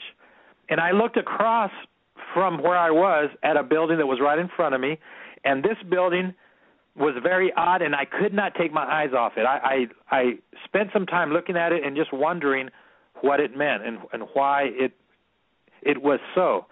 And the building that I saw looked like a grain silo. It looked like it was made out of grain silos. And you know the grain silos have those tubes that are real tall, and they can be several stories high, and you fill them with grain. Well, this building design had several of these tubes that made up the building. And if you see the article, you can see a picture of this grain silo-looking building. As I was looking at it, I noticed that a large chunk of the middle of it was missing. It was a big hole in this building, and it had a huge sign on the front of it. I could not read the sign, though. I couldn't make out what it said. So at first, I didn't know why, and I was kind of disappointed. I was struggling to make it out, but I couldn't even make out any of the words at all. It was just the letters were blurry. I couldn't see anything as far as what the sign said. So then, as I was looking at this building, then instantly I was looking down at the street, and then instantly I was on the street. And that's what happens with dreams. You move around, and there's some oddities that take place, but that's how dreams work. So I was on the street looking at the damage. By the way, I could not find the plane, and there was no crater in the ground, in case you're wondering, but there was a lot of damage. So I was looking around, and I heard the cries of a lot of people running around, which also struck me as interesting because most of the buildings had people still alive inside of them. So I wondered to myself, okay, if this was a nuke, why are the people still alive? So was it a nuke? That part I don't know. But maybe a suitcase nuke wouldn't kill everyone in a building. Those of you that know this, and Doug, you can comment on that in a moment. But anyway, I was on the street looking at the damage, and then all of a sudden an object came out of the sky and crashed on the street right in front of me, and it shattered into a bunch of pieces. It was a rocket. I was able to look up right before it hit the street, and it resembled an Apollo-type rocket in its structure. Now, again, I got my son to make it. It's not exactly, he didn't do it exactly like I described, but that's what he made for me. It was actually coming straight down, and it was red, white, and blue. Now, I want to also make this comment. In the image that I have, I noticed that he put red, blue, and white, but I meant it to be red, white, and blue. And I got a few emails from people saying, you know, the red and the blue are touching. That's Russia. But it was red, white, and blue. I know that for sure because I remember the dream. So for that, I apologize that that's not exact. I didn't mean to confuse anyone, but it was red, white, and blue. So it came out of the sky and broke into a bunch of pieces. After it shattered, by the way, there was no explosion, but it was very loud. And I was noticing that then it created even more panic. People started running around crying, and the cries that I heard were blood-curdling, Doug, which tells me, you see, every part of a prophetic dream means something. And the cries that I continue to hear from the people represent something, and I'm going to talk about that in a moment. But in summary, it represents the mayhem that's coming. So as I was looking at the pieces that were all over the ground of the rocket, then another object fell out of the sky, and it landed on the ground. And this one was very odd. It was from where I was. It landed not far from me. It was about 20 to 30 feet across. It was an electric sign, the kind of sign that you would see on a tall pole in a regular business, a car lot, things like that. It was very big, 20 to 30 feet across, about 10 feet in thickness, and it was green. But on the face of it, it said the word Standard Oil. And on the sides of it, it had handles on each side made out of steel rebar, which were also painted green. And when it hit the ground, it was very loud. I heard the sound of metal crunching, but it didn't shatter. It just hit the ground. And when that thing hit the ground, then I was back into the building that I was originally looking at, the tall building, and I was looking down at all of the people, and I saw the building start to empty. The people left the buildings because they started to become fearful that something else was going to come out of the sky and crush the buildings where they were, so they didn't want to be anywhere near a building because they believed the buildings where they were in were going to be destroyed and flattened and crushed. So as a result, the buildings emptied, and it looked like thousands and thousands of ants running along the street, kind of like the image you would see if you were in a high vantage point on New Year's Eve in New York City where all the streets are full of people. It was like that. And the people were all crying. There was a stampede going in all directions. They didn't know what to do. But the panic that I saw in them was off the charts. The mayhem, the confusion, it was off the charts.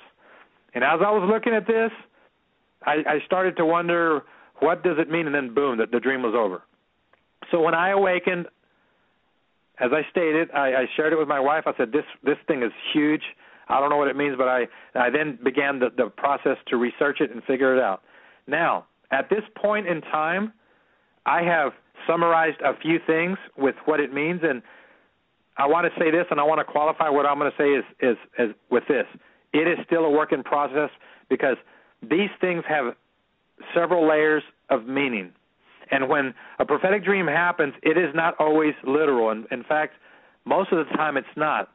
Most of the time it's symbolic to represent a literal thing. For example, the dream from Pharaoh about the cows eating the sick cows, the famished cows ate the big cows, and that represented a famine that was coming, and then the corn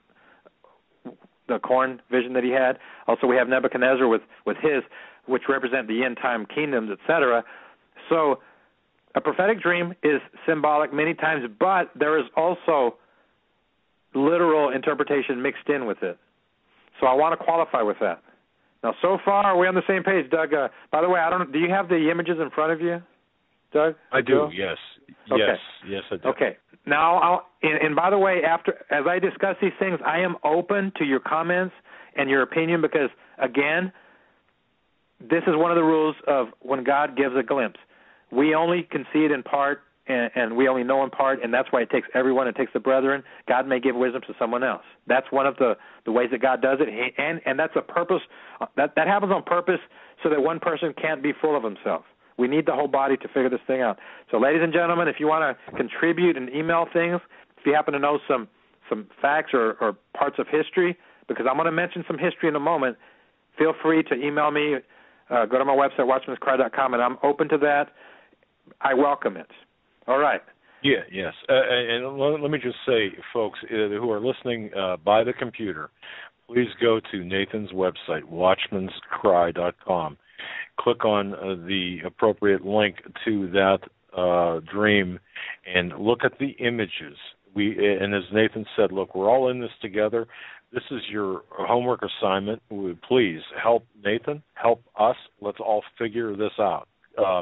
Nathan, I just want to say something, if I can, because you and I spoke about this, or you tell me when I could comment about the Standard Oil thing. But you tell me when I comment on that. I'm going to go line by line. There's 3 parts, and that'll be the third part, and then we can talk about that. Okay. Now, the very first image that was notable was the plane. The plane was white. There were no markings on it, but I believe that plane represents not just one thing. It represents several things, and it's very symbolic.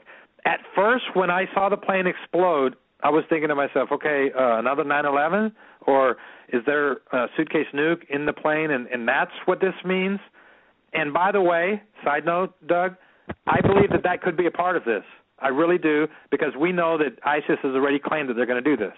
So, and I'm going to mention that in a moment. But on top of that, though, symbolically, the white plane, what does it represent? Well, First of all, it's white, and white in the end times is deception, because we see in the book of Revelation the white horse is deception, and we see over and over the representations of the white hat that is not really white but devious. And so I believe that plane represents deception, first of all, and since the left wing was pointed down, I believe it represents the left wing of the current regime that's in power right now. So that means the Obama administration as well as other regimes throughout the world that are left-wing.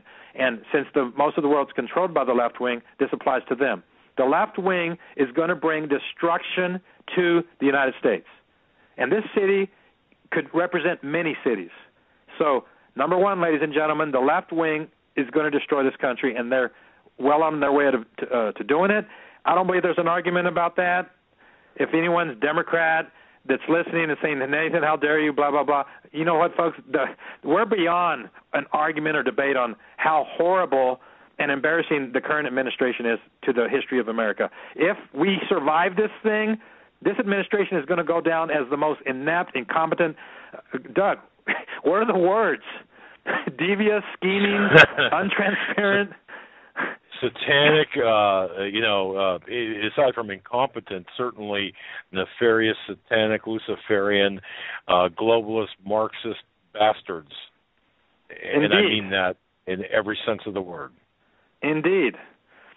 So the white plane, number one, deception is before our very eyes. And deception is going to bring in, now here's the other part, a payload.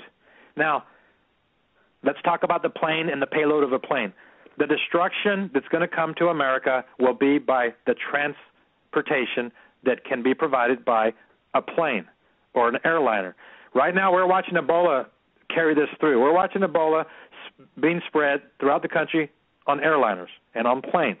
So if Ebola is part of this situation and part of this equation, and I believe it is, or the threat of Ebola or the nefarious theater production of Ebola, whatever way they're doing it, it's deception, and it's going to be used to spread the destruction of America. Because the end game, and I don't want to get lost in the variables of how and why, et cetera. I want to talk about the end game that's going to affect our lives, Doug and Joe, and the end game is going to be destruction. So deception is going to bring a payload of deception. The plane is going to bring deception into America, into the cities, and it's going to crash in the middle of the downtown cities of America. I believe Ebola is one of those things. I really, really do. So what other things can be brought in? Well, we need to also include a payload of a literal attack using a plane, a suitcase newt, etc. The missing plane from Malaysia, Doug, what's going to happen to that thing? Is that waiting in the wings? Is it being repainted? Is it being equipped? Good point. Good point. Are the fuses being lit on it? I mean, what does it have, and when is it going to arrive? But aside from that, by the way, I do believe that will be used. ISIS has already stolen some of our planes. By the way, wow, Ebola's taken over the news. I saw a headline, ISIS is gaining in their warfare with Baghdad, and they're going to get a hold of a lot of American military equipment. So what are they going to use that for? Well, is some going to end up here on our shores? It wouldn't surprise me. So the plane and a plane, the use of a plane is going to bring a payload of a lot of pain to America. Now, I placed a picture of the United Nations there because if Ebola continues in the way that it's doing, whether it's fabricated or real, eventually America, and since Obama is in their pocket, they're in Obama's pockets and they're all joined at the hip, the United Nations at some point may be asked to come in and rescue and save the day. And the UN planes are white. So that's another thing I want to throw out there, which will be the vaccines. The vaccines will arrive on the white planes to save everybody. But in spite of however the news report and in spite of the movie poster for their production, the end result will be that rescue of deception is going to crash, and it's going to bring destruction here. So that is going to be the end game of the white plane. So I want to make sure that everyone is aware that deception is in motion right now. This is one thing that God wanted to make very clear. The white plane is deception, ladies and gentlemen, so do not believe everything you hear. And then, Doug, that gives credence to a lot of the questions you were raising about the anomalies. Well, they're deception. So let's have vigilance and know that the deception is before our eyes, and we have to be very, very smart about it and wise about it.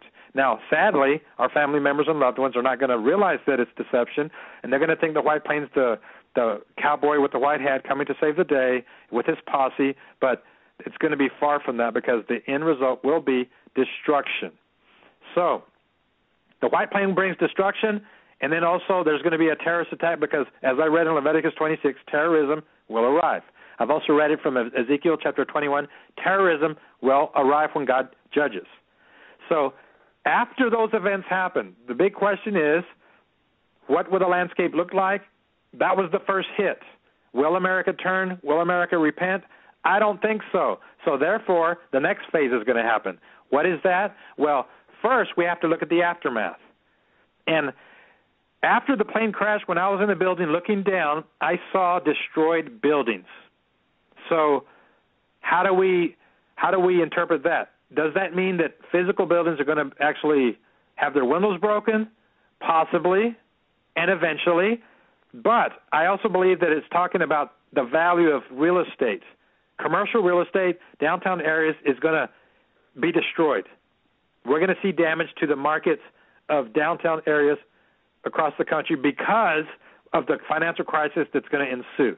Now, one of the buildings that was very notable that I saw, let's talk about the silo building that I saw. That building got my attention, and I couldn't take my eyes off it. But the building looked like grain silos. Therefore, many times when God has given dreams, and we can see it in the scriptures as well, when God talks about grain, it means famine. It means that there is going to be a famine by whatever means, whether it's drought or distribution or just things aren't going to go right. Famine is the end result. So this building that I saw that was damaged by the white plane was showing us that grain was emptied of the silo. And this is one of the things that I find very, very alarming, Doug, because I went to God and I prayed and I asked him about it. And, you know, I don't really have to do that, and I didn't have to do that because I've had enough studies already over the last few years where God has already confirmed that famine is here and famine's part of the judgment and that the dollar's going to crash. I have other shows that I've talked about. I've had other prophetic dreams that the dollar's going to crash, etc. So that's already on record. But this one, being that it's going to be related to this crashing plane, alarms me because I believe that it means that famine is coming. And how could this happen? Let's talk about if Ebola continues to bring fear across the United States, Doug, let's talk about how a famine could result from this. Well, there could be truck drivers who say, I'm not going to drive my truck and go into into Ebola territory. That place is already known to have contagions. I don't want to shake hands with anyone. I don't want to exchange clipboards with anyone that have Ebola on them. I'm not going to do it. So it could affect the transportation of trucking, of distribution. We could see farmers that for whatever reason, maybe they get sick. There's a lot of areas that could cause a disruption in the food supply. But a big part of it can be because of the Ebola scare and because of the restrictions on transportation, it's going to have a pivotal effect, a domino effect on the price of fuel, which we're going to get to in a moment. But when fuel prices become affected and we start seeing a disruption in the value of the dollar, then food prices are going to also get expensive. And that's the other explanation of how famine can take place, meaning it's out of reach, it's out of affordability for people. So this Ebola threat, Doug and Joe, can cause food prices to skyrocket to the point where the silos will be empty. People will no longer be able to afford their food. It's the perfect variable to bring a crisis of food to America. It works in their favor. So one of the things I need to leave everybody with, ladies and gentlemen, please make notes. And I say this from my heart of hearts. Do what you need to do yesterday and the week before and the month before to get your stores of food. Fill up your pantry, and whatever it takes, do it. rearrange your priorities. If you say, I don't have any money, look in your garage of things you haven't looked at lately or played with or messed with lately, put it on Craigslist, liquidate some of your stuff, and buy food. That's how serious this is, Doug.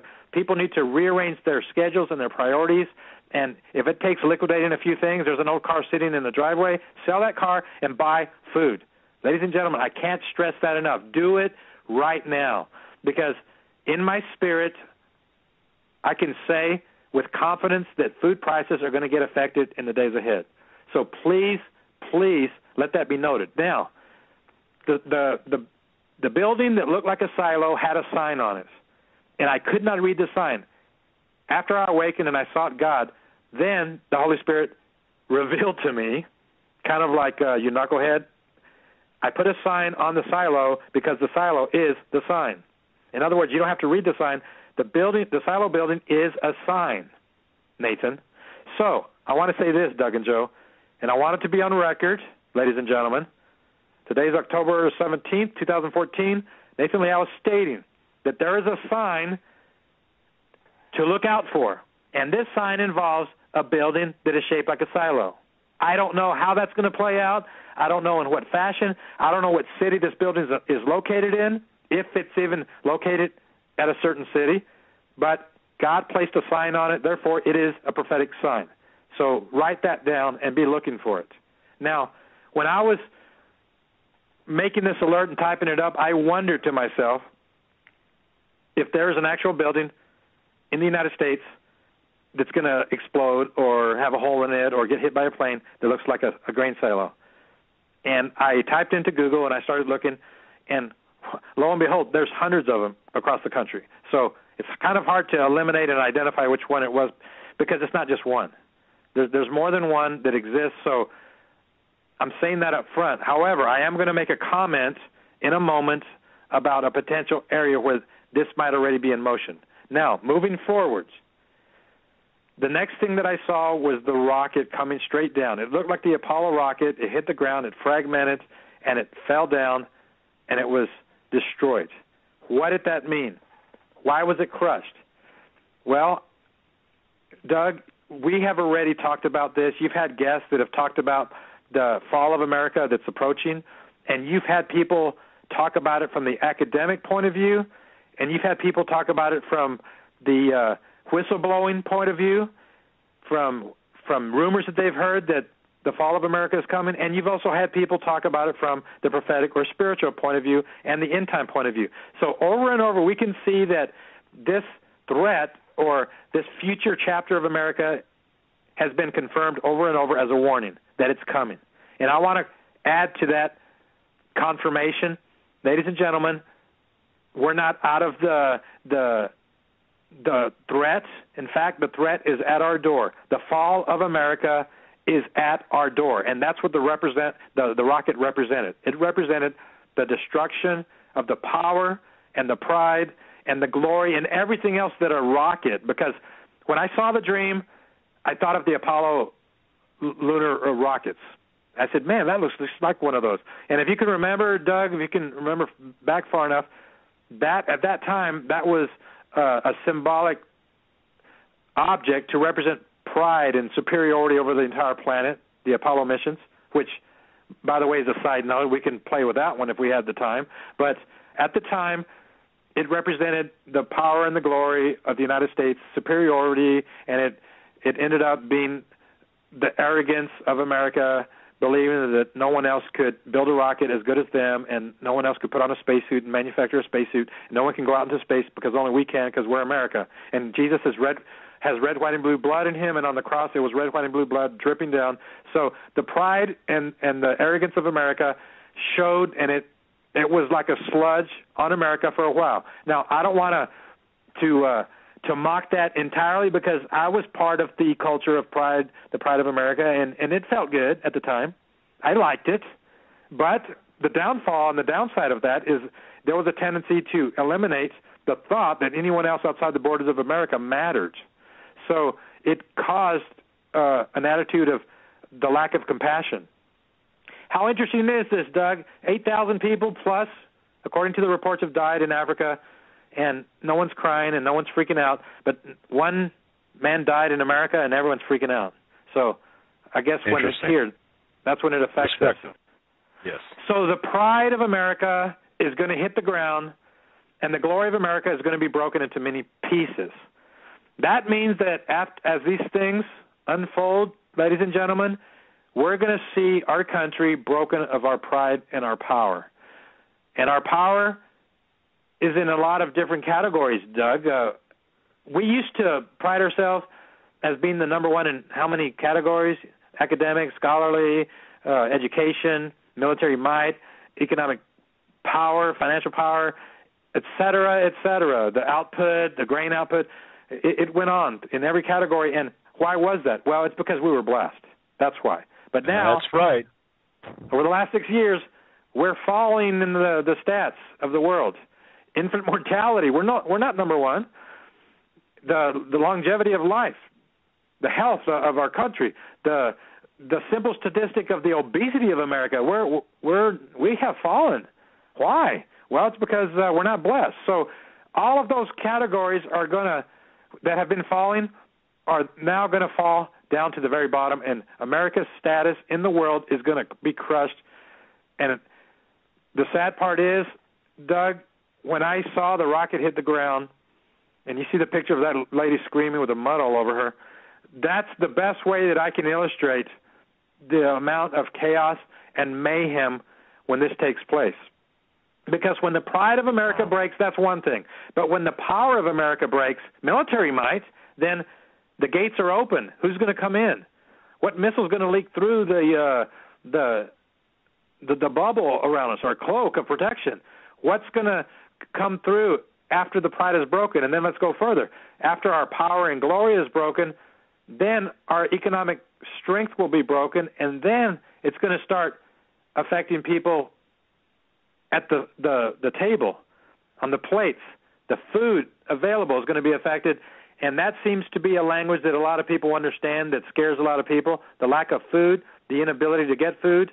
And I see that we're getting to the end of the hour, and on the other side, Doug, I'm going to talk about the continuation of this, but then we're going to actually talk about the amount of chaos when the EBT cards, the food stamps, the entitlements, the checks that people get, the inner city and many of people who depend on their entitlements, when those things are gone, it's going to be a new game, Doug and Joe. We're going to see a new chapter of absolute mayhem, and I'll stop there.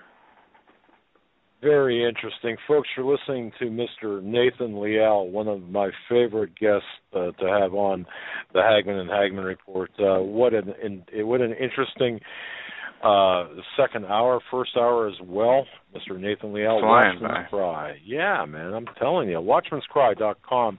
Bookmark it and become involved, folks. Become involved. Listeners out there, correspond with Nathan with respect to your information, your supplementation to what Nathan is talking about. Folks, we're going to right back up for these messages. Stay with us for the third and final hour. Welcome back, ladies and gentlemen, to our third and final hour on this Friday edition of the Hagmann Hagmann Report, today being the 17th of October. It's been such an informative and fast-paced first 2 hours, Nathan. Give it back to you and let you continue. Well, thank you, gentlemen. Yeah, we have 1 hour, and I'm going to try to squeeze in as much information as I can in this information. We were talking about the chaos that's going to ensue after the rocket. And by the way, if you're just tuning in, halfway down discussing this? We're talking about the prophetic dream that I have. So if you're tuning in right now, go listen to the second hour to hear the beginning part. But it's located on my website, watchmanscry.com, and you can see on the front page of the prophecy, the prophetic dream I had about the coming crash of America. So this rocket hit the ground, and there was a lot of screaming. People did not know what to do. So I fully believe, Doug, that when this event takes place and it starts hitting in the amount of power that they intend for it to hit, when it hits the ground, you see, the thing that makes no sense is why would the handlers who have been blessed by America and prospered through the middle class of America. Why would they destroy America? Well, that's part of the devious satanic plan of the New World Order. They want more customers. They want the whole world to be their killing field, so they have to get rid of the United States. The United States has done her service, but now it's time to spread the aim to the entire world and the entire planet, because the crumbs from America are no longer going to satisfy them, so the New World Order is going to happen. Now, to anyone listening that would argue... If I can just interject something here about that rocket, may I do that? Sure. Because you had mentioned Apollo, and that got me thinking. The reference to like a Apollo type rocket, Saturn rocket type thing. Did you not? I mean, am I understanding that correctly? Yes, it looked like an Apollo rocket. Okay. Yes. I'm pretty big on the Greek or the mythological gods in terms of how they relate to the Illuminati, and it's interesting to me that Apollo, the son of Zeus and Leto, and the twin brother of Artemis, Apollo was considered the god of a number of things, including, and here where it becomes relevant to today's headlines, he's the god of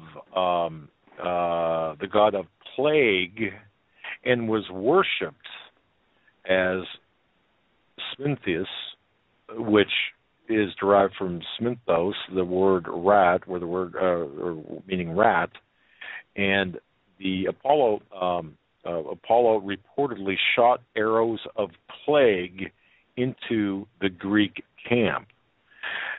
Just thought I'd mention that in terms of Apollo rocket, Apollo the mythological god.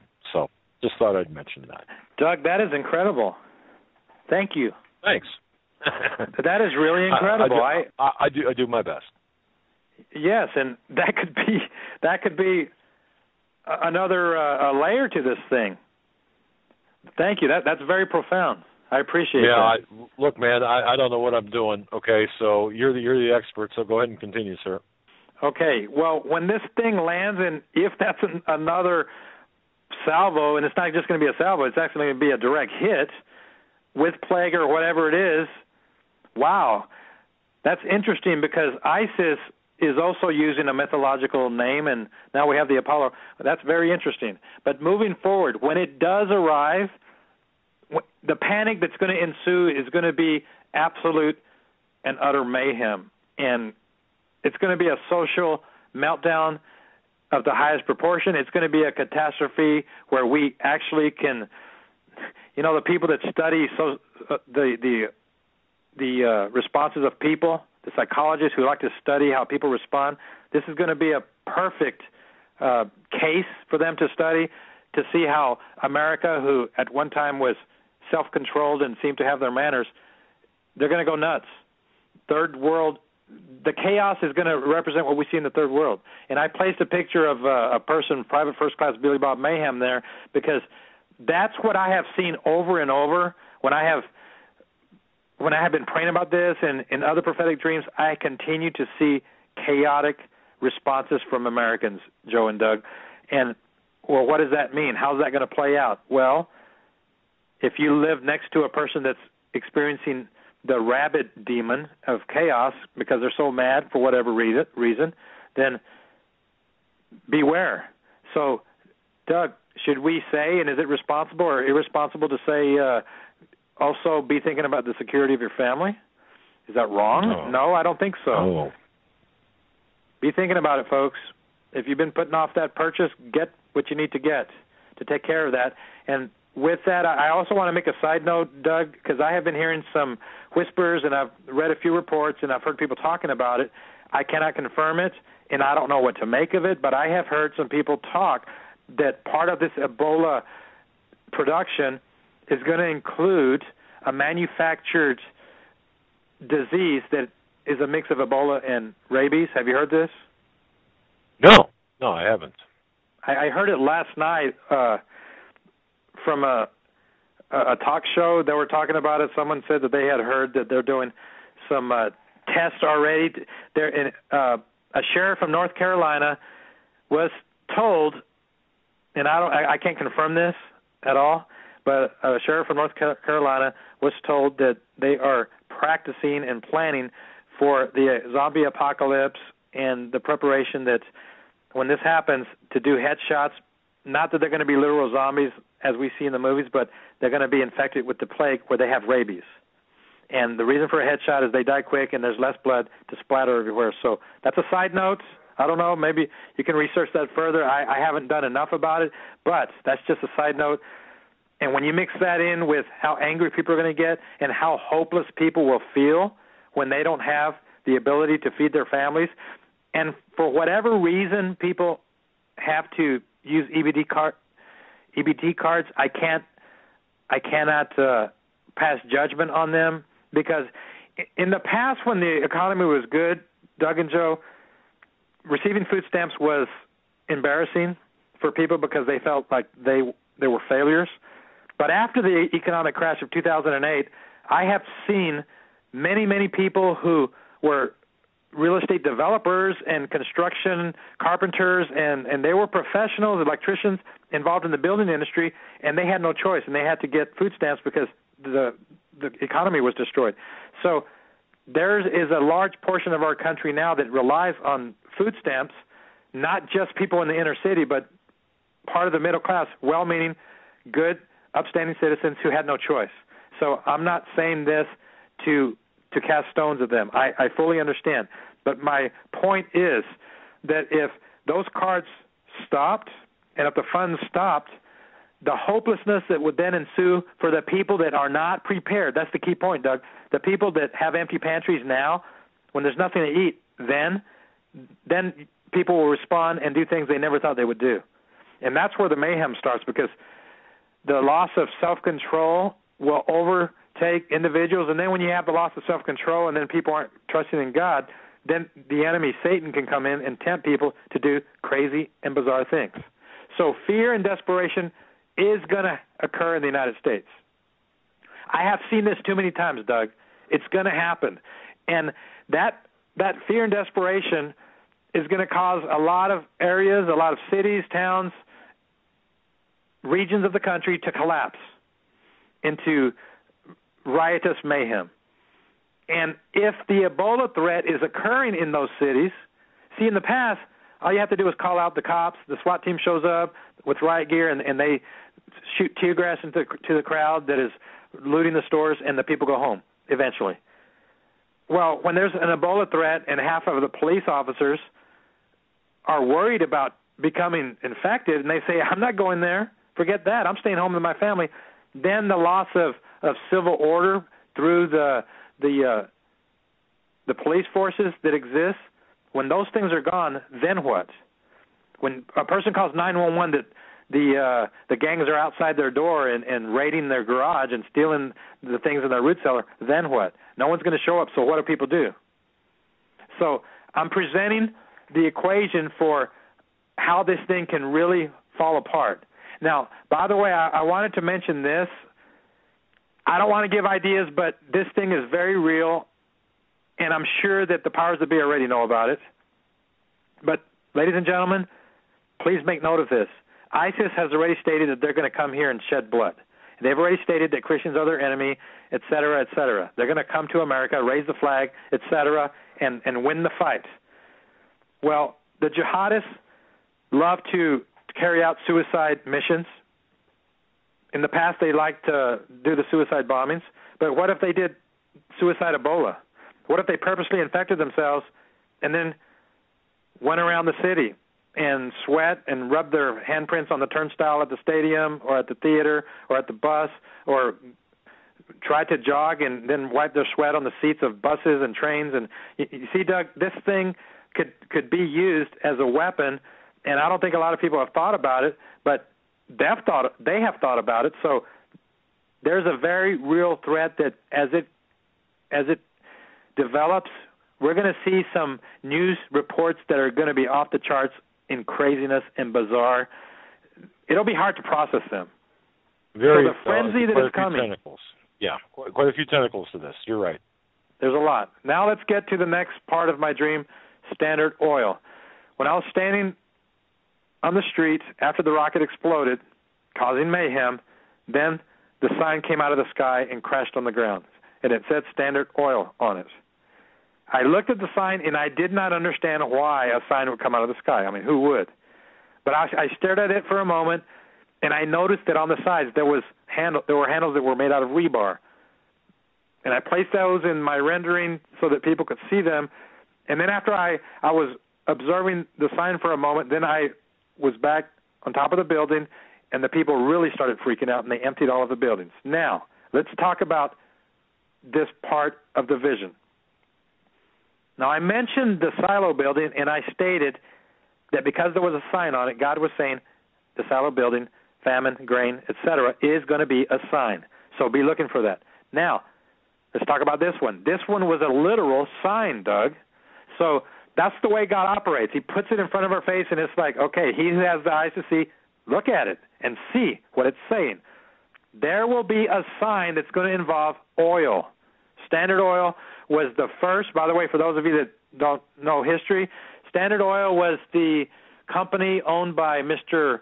John D. Rockefeller in his time in the early 1900s, and Standard Oil was the most powerful oil company in the world at the time, and after they had been bringing grief to a lot of other companies, the federal government decided they were a monopoly and made them break up into smaller companies. They were forced to do it in the early 1900s.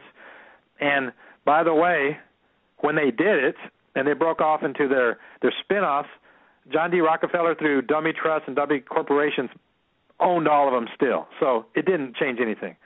But those companies became Texaco, Amoco, Exxon, Enco, the companies that we now have throughout the world, here in the United States, and that are now drilling throughout the world.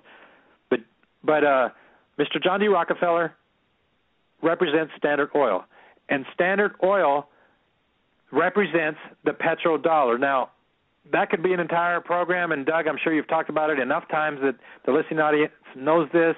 Half the audience probably could explain this better than I could, but the Rockefeller cartel, the cabal of the Rockefellers, created the beginnings of the family dynasties of the New World Order. They were some of the first dynasties, and he was joined at the hip with the Rothschilds, and then he also was buddies with Mr. J.P. Morgan. Now, Mr. J.P. Morgan was a financier, and we know about J.P. Morgan back then, who has now become the Chase Manhattan Bank, which is a part owner of the Federal Reserve. So J.P. Morgan is the dollar, or part of the ownership of the dollar. J.P. Morgan in 1901 bought U.S. Steel from Andrew Carnegie. And when he did that, it made U.S. Steel the biggest steel company at that time in the world. It was the first billion-dollar company. So J.P. Morgan then had control of steel, and then soon after, he was a part of the forming of the Federal Reserve. So the steel portion of this sign represents J.P. Morgan, which is also a part of the Federal Reserve. So when God gave this image and let it happen, he was showing all the parts to make it very clear what it meant. So, Doug, it speaks for itself, but it was green on the sides, the greenback. The Federal Reserve is the greenbacks. After World War II, the Bretton Woods Agreement decided that the United States would host the currency of the world. That would be the world reserve currency, and all exchanges of oil would be done in dollars. And from that point on, the United States prospered, even though they experienced inflation every year. They prospered with that situation. Well, here we are now, 60 years, 70 years later, and the world is tired of that arrangement. They're tired of it. They're tired of having to do what the United States says through the barrel of a gun. The U.S. military has been used to force the reserve status of the United States throughout the world. And the IMF is the bully, and the U.S. military has been used as Guido, the leg breakers, to force to make sure the world continues using dollars. But that arrangement's coming to an end, and this dream represents that. The Federal Reserve and the standard of the U.S. dollar, see, the word standard is in the sign, Standard Oil, the standard of the greenback of the Federal Reserve is going to come crashing on the ground. And the sign of it happening will be when the oil markets start to fall. It is a sign. Oil markets are going to fall. I had this dream on the 11th, Friday, just a few days ago. I published it over the weekend. And Doug and Joe, over the last few days, we are seeing the erratic nature of the markets. And, of course, they started before that, but we are really seeing this thing begin to come to fruition. So let the proof be in the headlines that have already been on the Drudge Report. Drudge had a few days ago, crude oil is crashing. Did you see that, Doug? I did. Yes, absolutely. Okay. So that is the sign. And, ladies and gentlemen, I want to make this clear.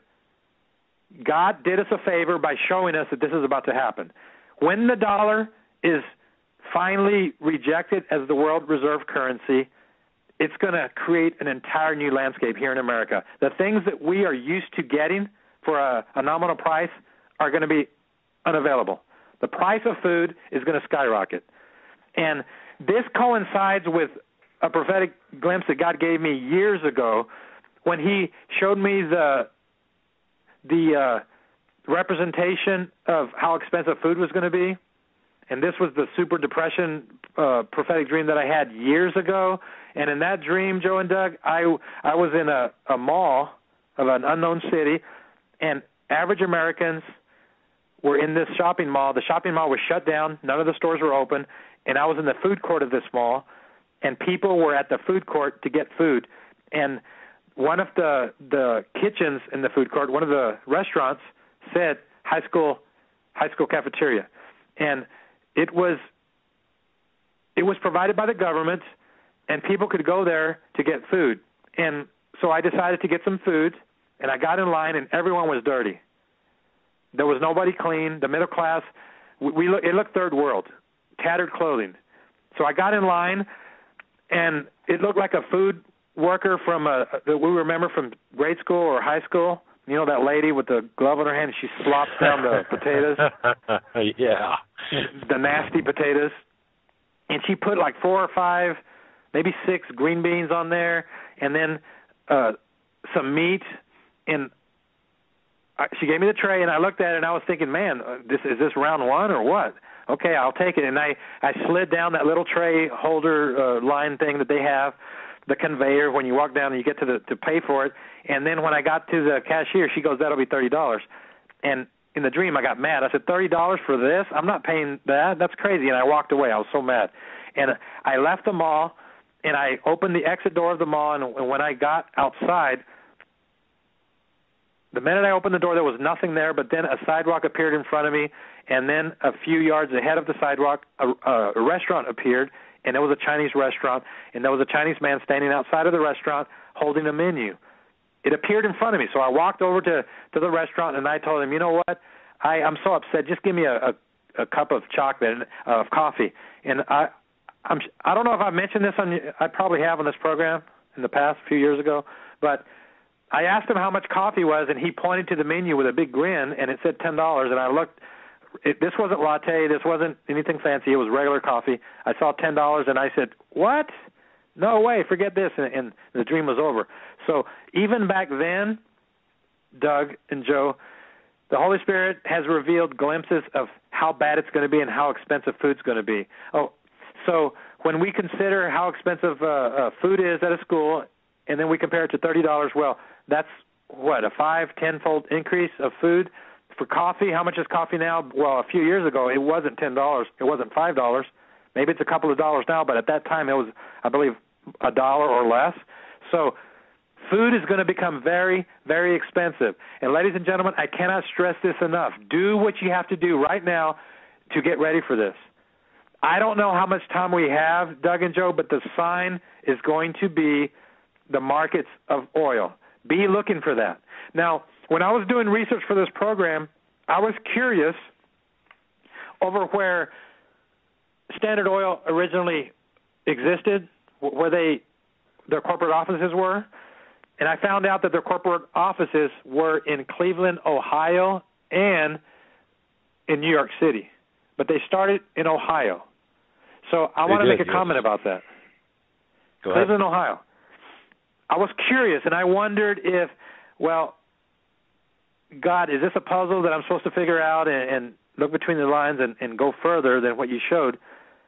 And then there's some truth in there. I didn't know. But I asked that question to myself, so I Googled it, brought up Cleveland, Ohio. So I included that in my release, in my alert, and then I asked the question out loud, does this mean that some things are going to happen in Cleveland or New York that are related to these events? I don't know. And to this point, I still don't know. However, I want to say this. Out of curiosity, and ladies and gentlemen, you can do this, because I'm about to reveal something that's odd, and I believe it's profound. Out of curiosity, I typed in, okay, if Cleveland might be one of the hints of a city, let's type in building that looks like a silo, see what happens, see what comes up. So I did. And ladies and gentlemen, you can do that. Type it in. Are there any silo buildings in Cleveland? And when you do that, you will see that there is indeed a building that is made out of silos on the outskirts of Cleveland. And that building used to belong to Quaker Oats, but it was turned into a hotel. It was remodeled, and it became the Akron Hotel in Akron, Ohio, for a number of years. And then recently, a few years ago, the University of Akron purchased that hotel, and now it's part of their dorms, and it's now called the Quaker Square Inn in the University of Akron. So when I saw this, okay, Akron has a building that looks like a silo. Does that mean Akron's going to have something happen? I don't know, but what do I do with this? Since this is speculation, and by the way, this part is not part of the Holy Spirit insisting or God telling me. This is the investigative part of just me thinking out loud. I want to qualify that, Doug and Joe, and listeners, so please do not accuse. Now, God does give us prophetic dreams and prophetic hints and glimpses and visions, etc., that are puzzles and in the form of parables. And we can take those parables and puzzles because we can see this happen over and over in Scripture, and those puzzles and parables can then be played with to the point where you can really figure out things that are even deeper. So if he gave me the image of Standard Oil and I looked it up, corporate office was in Cleveland, and then I associate the building silo, and it brings up Akron, Ohio, is that anything? Is that concrete? Does it mean something? Well, out of curiosity, Joe and Doug, and highly interesting, here we go. Nurse number 2 that waited on Mr. Duncan, who died of Ebola in Presbyterian Hospital in Dallas, the second nurse, over the last weekend, went to her hometown to visit family, and I think she might have gone to a wedding, I'm not sure, but she went to visit her family. Most of you know this, or maybe you've heard about it, in Cleveland. But she flew to Cleveland. That's where the plane went. But her family is actually in Akron, Ohio. So she has Ebola. It's been confirmed. She was on a plane, so the plane got contaminated. She went to Cleveland, and then she went to Akron, and she was with her family. So those family members are now under quarantine in Akron, Ohio. And now the reports are coming out that a teacher who also rode on that plane, who is a teacher in the Cleveland and Akron area, reported that she was also on the same plane. So now the schools are shutting down in the Akron, Ohio area and in Cleveland. So, Doug, is this a coincidence? Is this a lucky thing? Is it an anomaly? I don't know.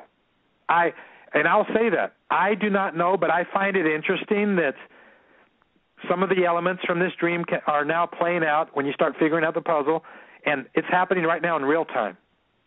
So is it going to end there? No, because the building silo sign in my dream is a sign. So, ladies and gentlemen, please keep that in mind.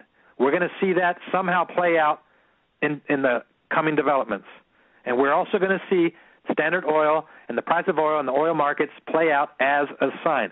That cannot be forgotten. So, Joe and Doug, on record, I want to say this so that the people who are listening, and so that those who would mock and scoff and say that you have crazy wackos who make stuff up and have dreams out of their own imagination can be hopefully put to rest. Most likely they won't, because there's always something, and there's always somebody that wants to complain. But out of the grace of God, God wants everybody to know right now to get ready.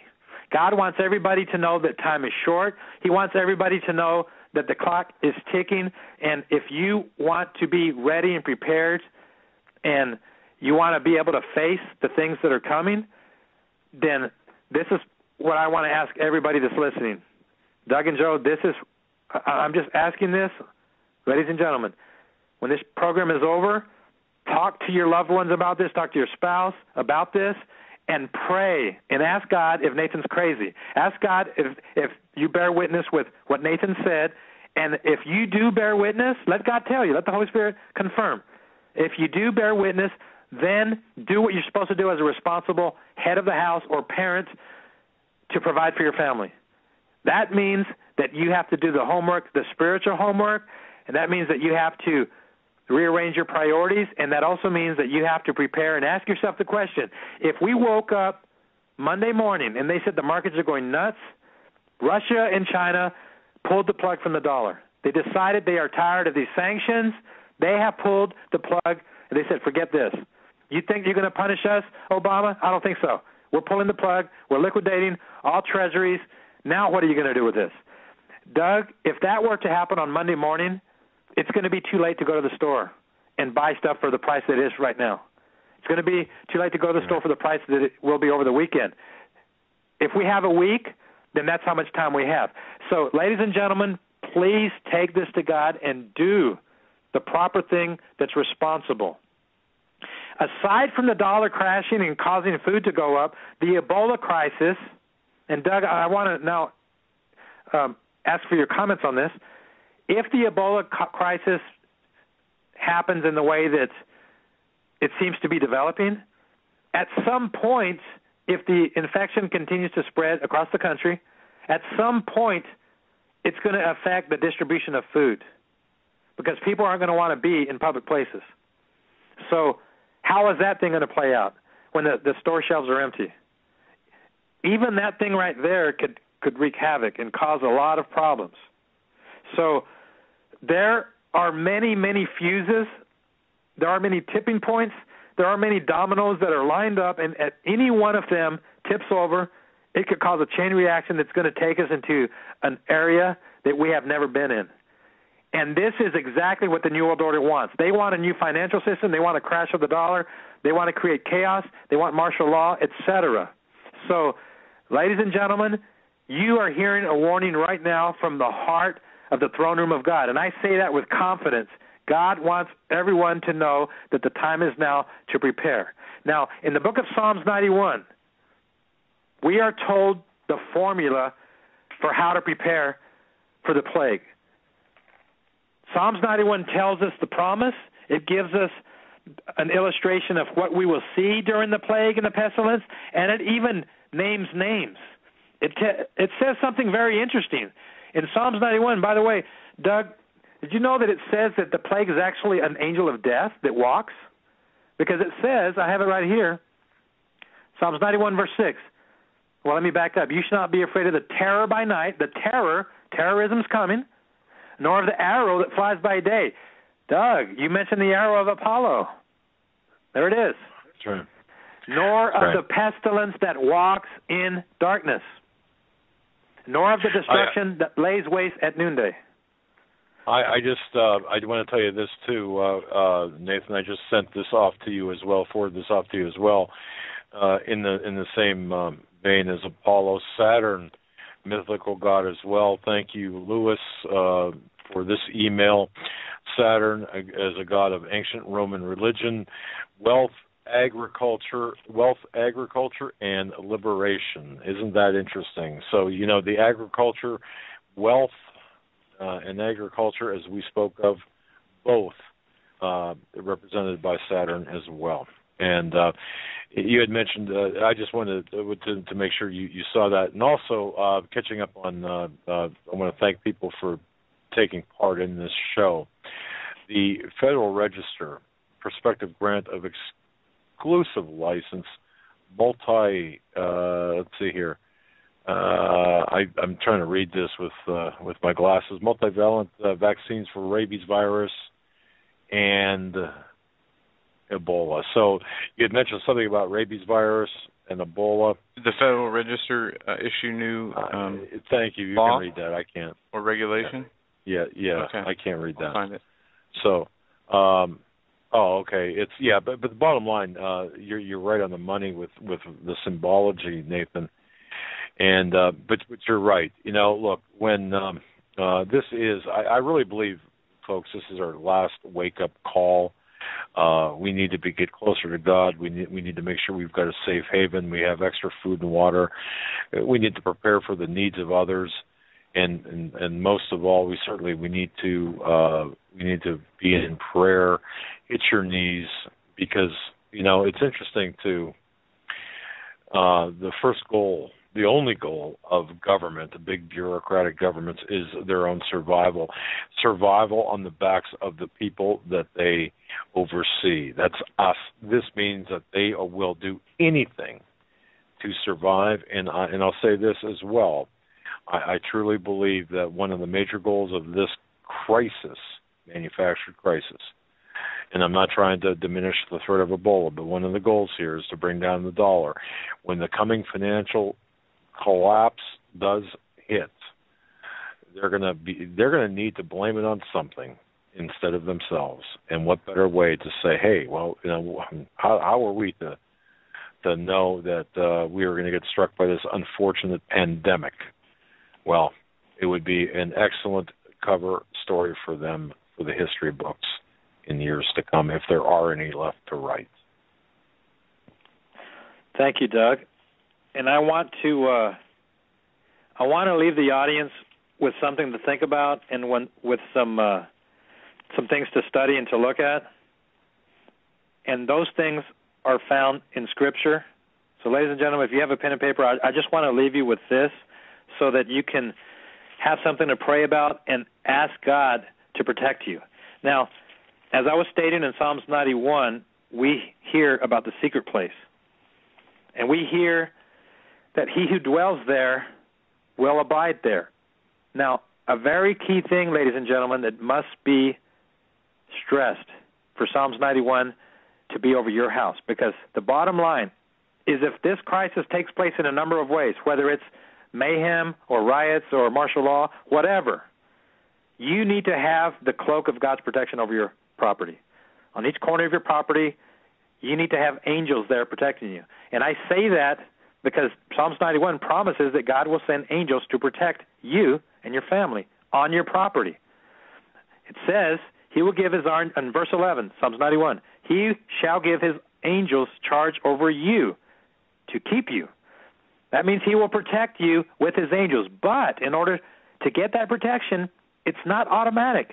Just because you're a Christian does not mean it's automatic. The homework is verse 1, he who dwells in the secret place. That means you have to stay there. You have to become accustomed to the secret place. What's the secret place? That's the prayer closet. That's when we're on our knees seeking God, dealing with our mess. And every one of us have a mess, ladies and gentlemen, and I'm sure we can all agree to that. I mentioned it in our first hour. We all have a mess, but we have to deal with our mess. So if we become accustomed to the secret place and we learn to abide there under the shadow of him, and if we then can say with confidence, he is my refuge and my fortress, and I trust in him, then he will deliver us. That's verse 3. But if we are embarrassed to come to God because we have hidden sin and we're not where we're supposed to be, we're struggling, we have strongholds, whatever, folks, everyone has things they struggle with. We live in Babylon. It's not easy to live here. I admit that. I'm a human being. I am a man. I know how it is.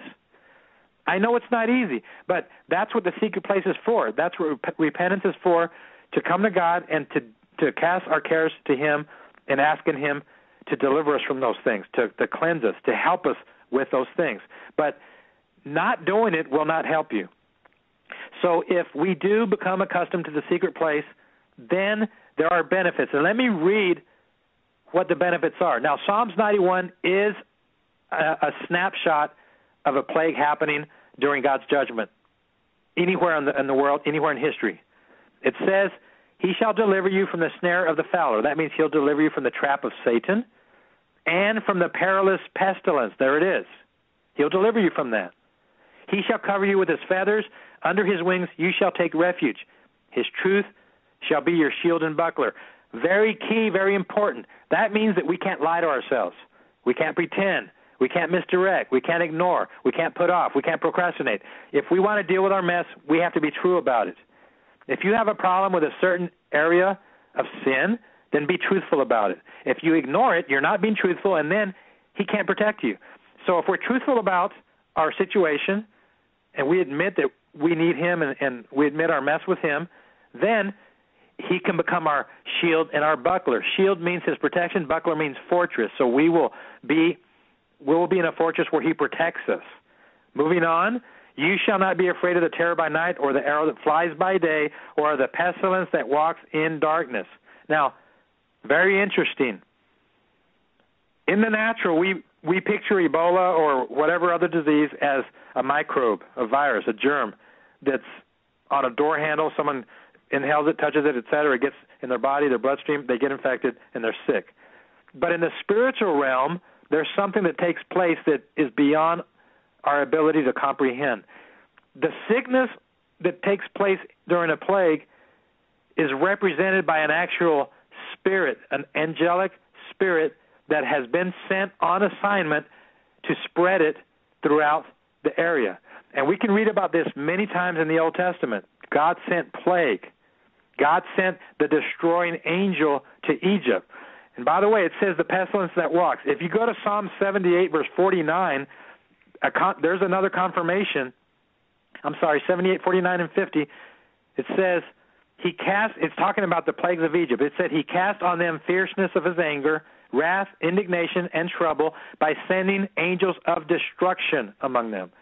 The plagues of Egypt were angels of destruction. So angels are given license to destroy those who are in disobedience. So how do you protect yourself from that, ladies and gentlemen? It doesn't matter how strong you are. It doesn't matter if you work out, you have all the bullets in the world, you know the Constitution front and back, you listen to all these scary programs. How do you protect yourself from angels? Quoting the Constitution won't do it. Protecting yourself from the destroying angel only happens one way, and that's the spiritual realm, and that's with dealing with our mess. That's the bottom line. So I need to stress that God will allow destroying angels during the next phase of this judgment, or he gives license to demonic evil angels, fallen angels, and demonic spirits to also destroy. Verse 7, now look at this. If the Ebola plague does happen, the worst-case scenario, or if it's some other type of plague in the future, this is what it's going to look like. Verse 7, 1,000 may fall at your side, and 10,000 at your right hand, but it shall not come near you, near your dwelling. It shall not. So your neighbors will die. You'll hear about the neighbors dying of whatever the plague is. The people across the street, you'll hear about it. Maybe you'll see that someone set their house on fire because, Doug, by the way, side note, how would we deal with that if this thing really becomes rampant like it's happening in Africa? Are we going to get to the point where people actually throw a match to the neighbor's house because they don't want to have anything to do with the infection? Is that the kind of things we're going to see? That kind of mayhem, yes, that kind of desperation? Yes, and people better get used to the smell of burning flesh. Bodies piled up?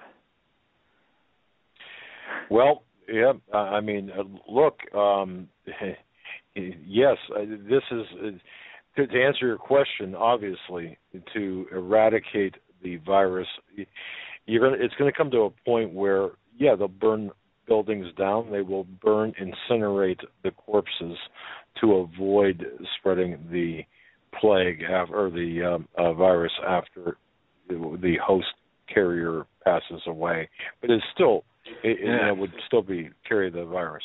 I'd imagine that'd take a long time because, you have these battles going on, and during this urban warfare, it's going to be hard to be, gathering up these dead bodies as fights continue to rage on. Absolute mayhem. This is an equation to see things, to see images that here in America we have not seen in our lifetime or our grandparents' lifetime. They see it in third world countries, but not here.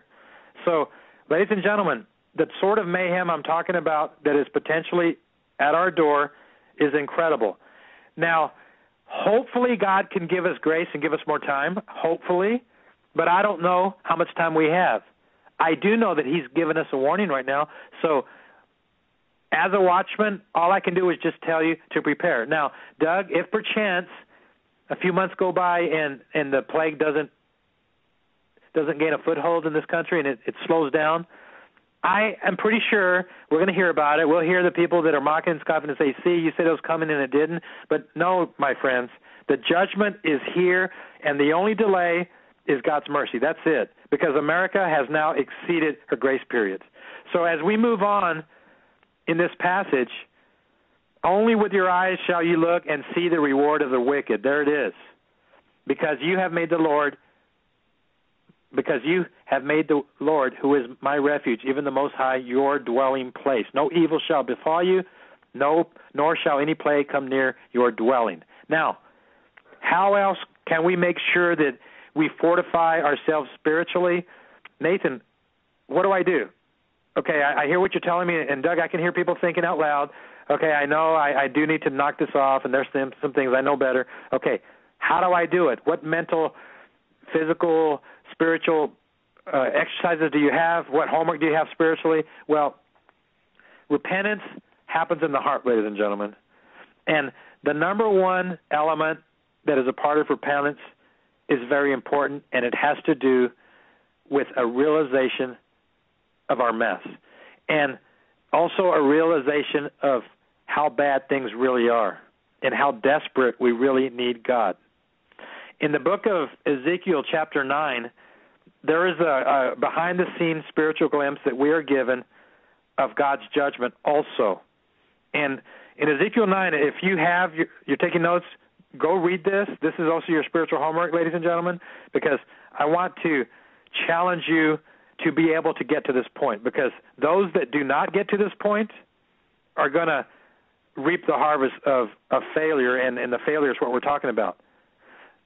In verse 1, it says, this is God talking, he called out a hearing with a loud voice, saying, let those who have charge over the city draw near, each with a deadly weapon in his hand. This is God speaking to his angels.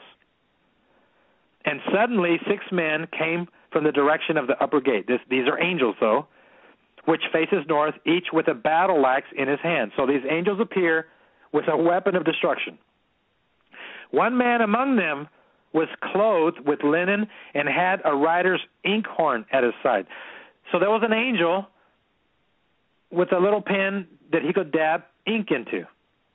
He didn't have a weapon. He had ink and a pen. And they went in and stood beside the bronze altar.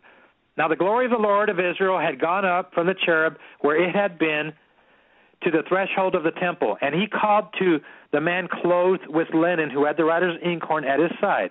And the Lord said to him, go through the midst of the city, through the midst of Jerusalem, and put a mark on the foreheads of men, the men, and let me generalize this to everyone, to the women also, to the people, who sigh, and here's the key point right here, ladies and gentlemen, who sigh and cry over all of the sins and all of the abominations that are done in the city.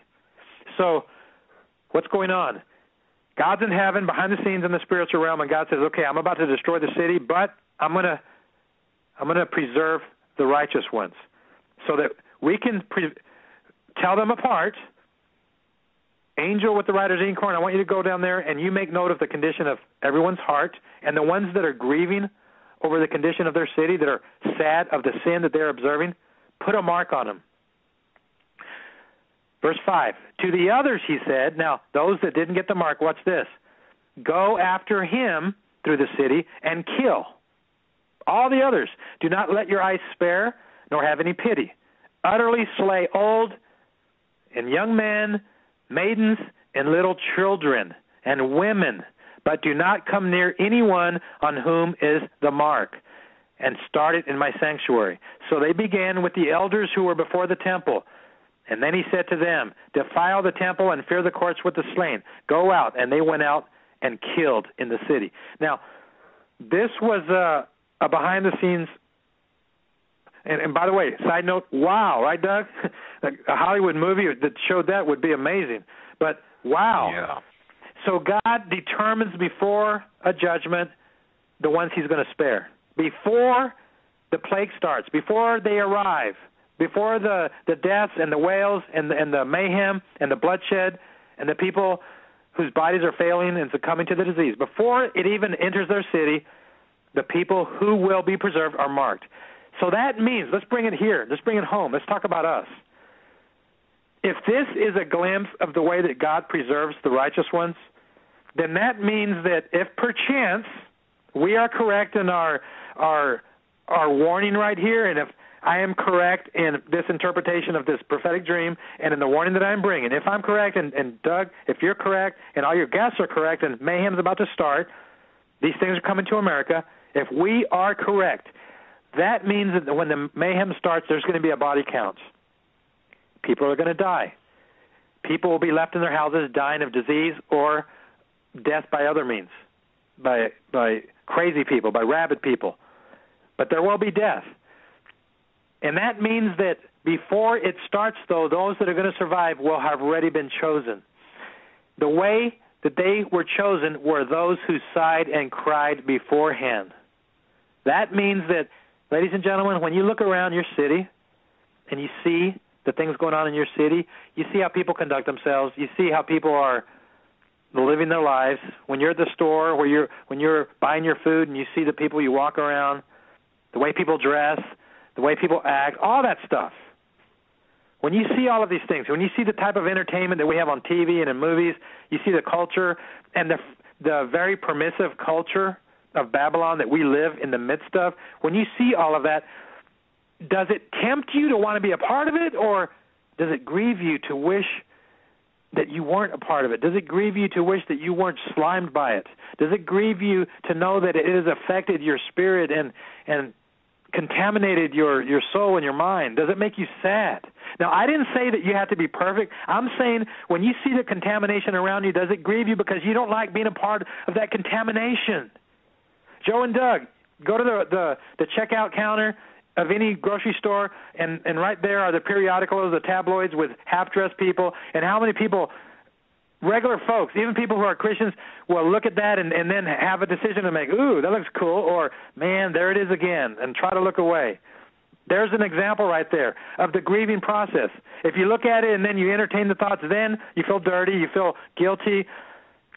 Ladies and gentlemen, we have to get to the point where these things grieve us and we don't like them. And we have to then ask God to cleanse us from the sludge of Babylon and from these things that are infecting our lives. And if not us, our children. How many of you have teenage kids or grown-up children who are struggling in Babylon? They're away from God. They're prodigals. And they don't want to hear of this. They don't want to know anything you have to say. And at the rate they're going, in the condition they are, they would not pass this test that we just read in Ezekiel chapter 9. They would be one of the fallen ones. And you don't want to see that. So what do?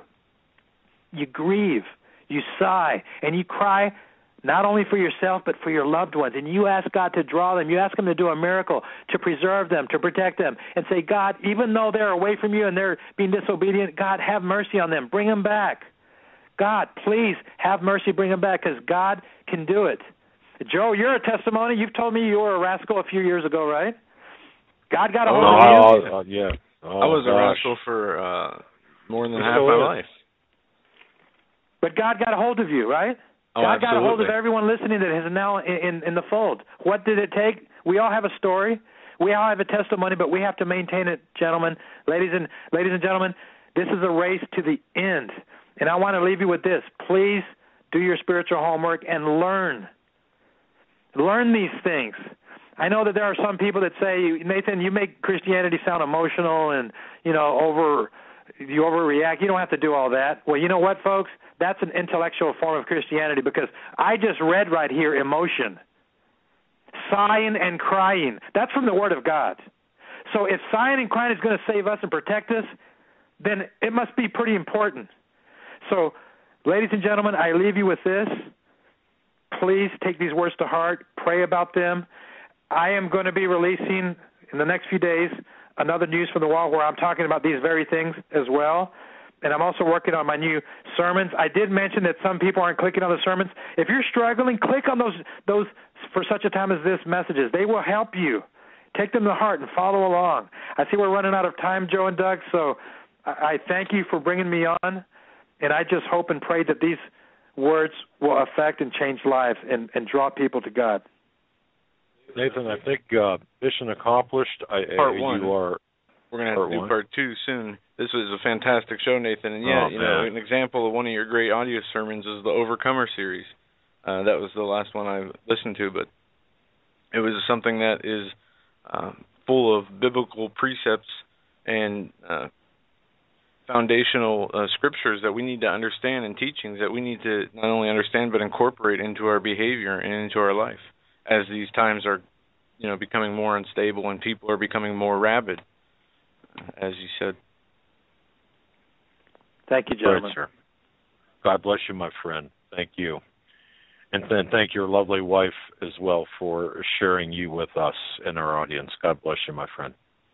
Thank you. I'll let her know that. Wow.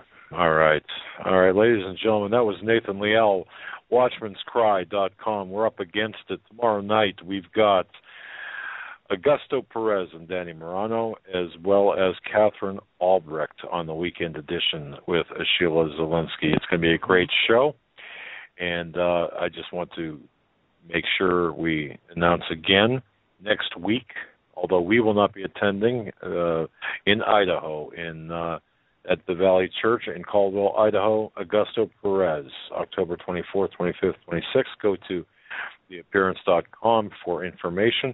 And then where we will be attending, of course, is November 14th and 15th in Columbus, Ohio. Interesting place after this broadcast. Having said that, folks, heavy program tonight, but realize this.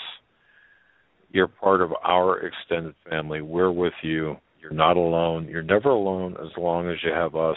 We are here, and we're all in this together. We just have to hit our knees, repent, and pray. Until tomorrow, stay safe. God bless.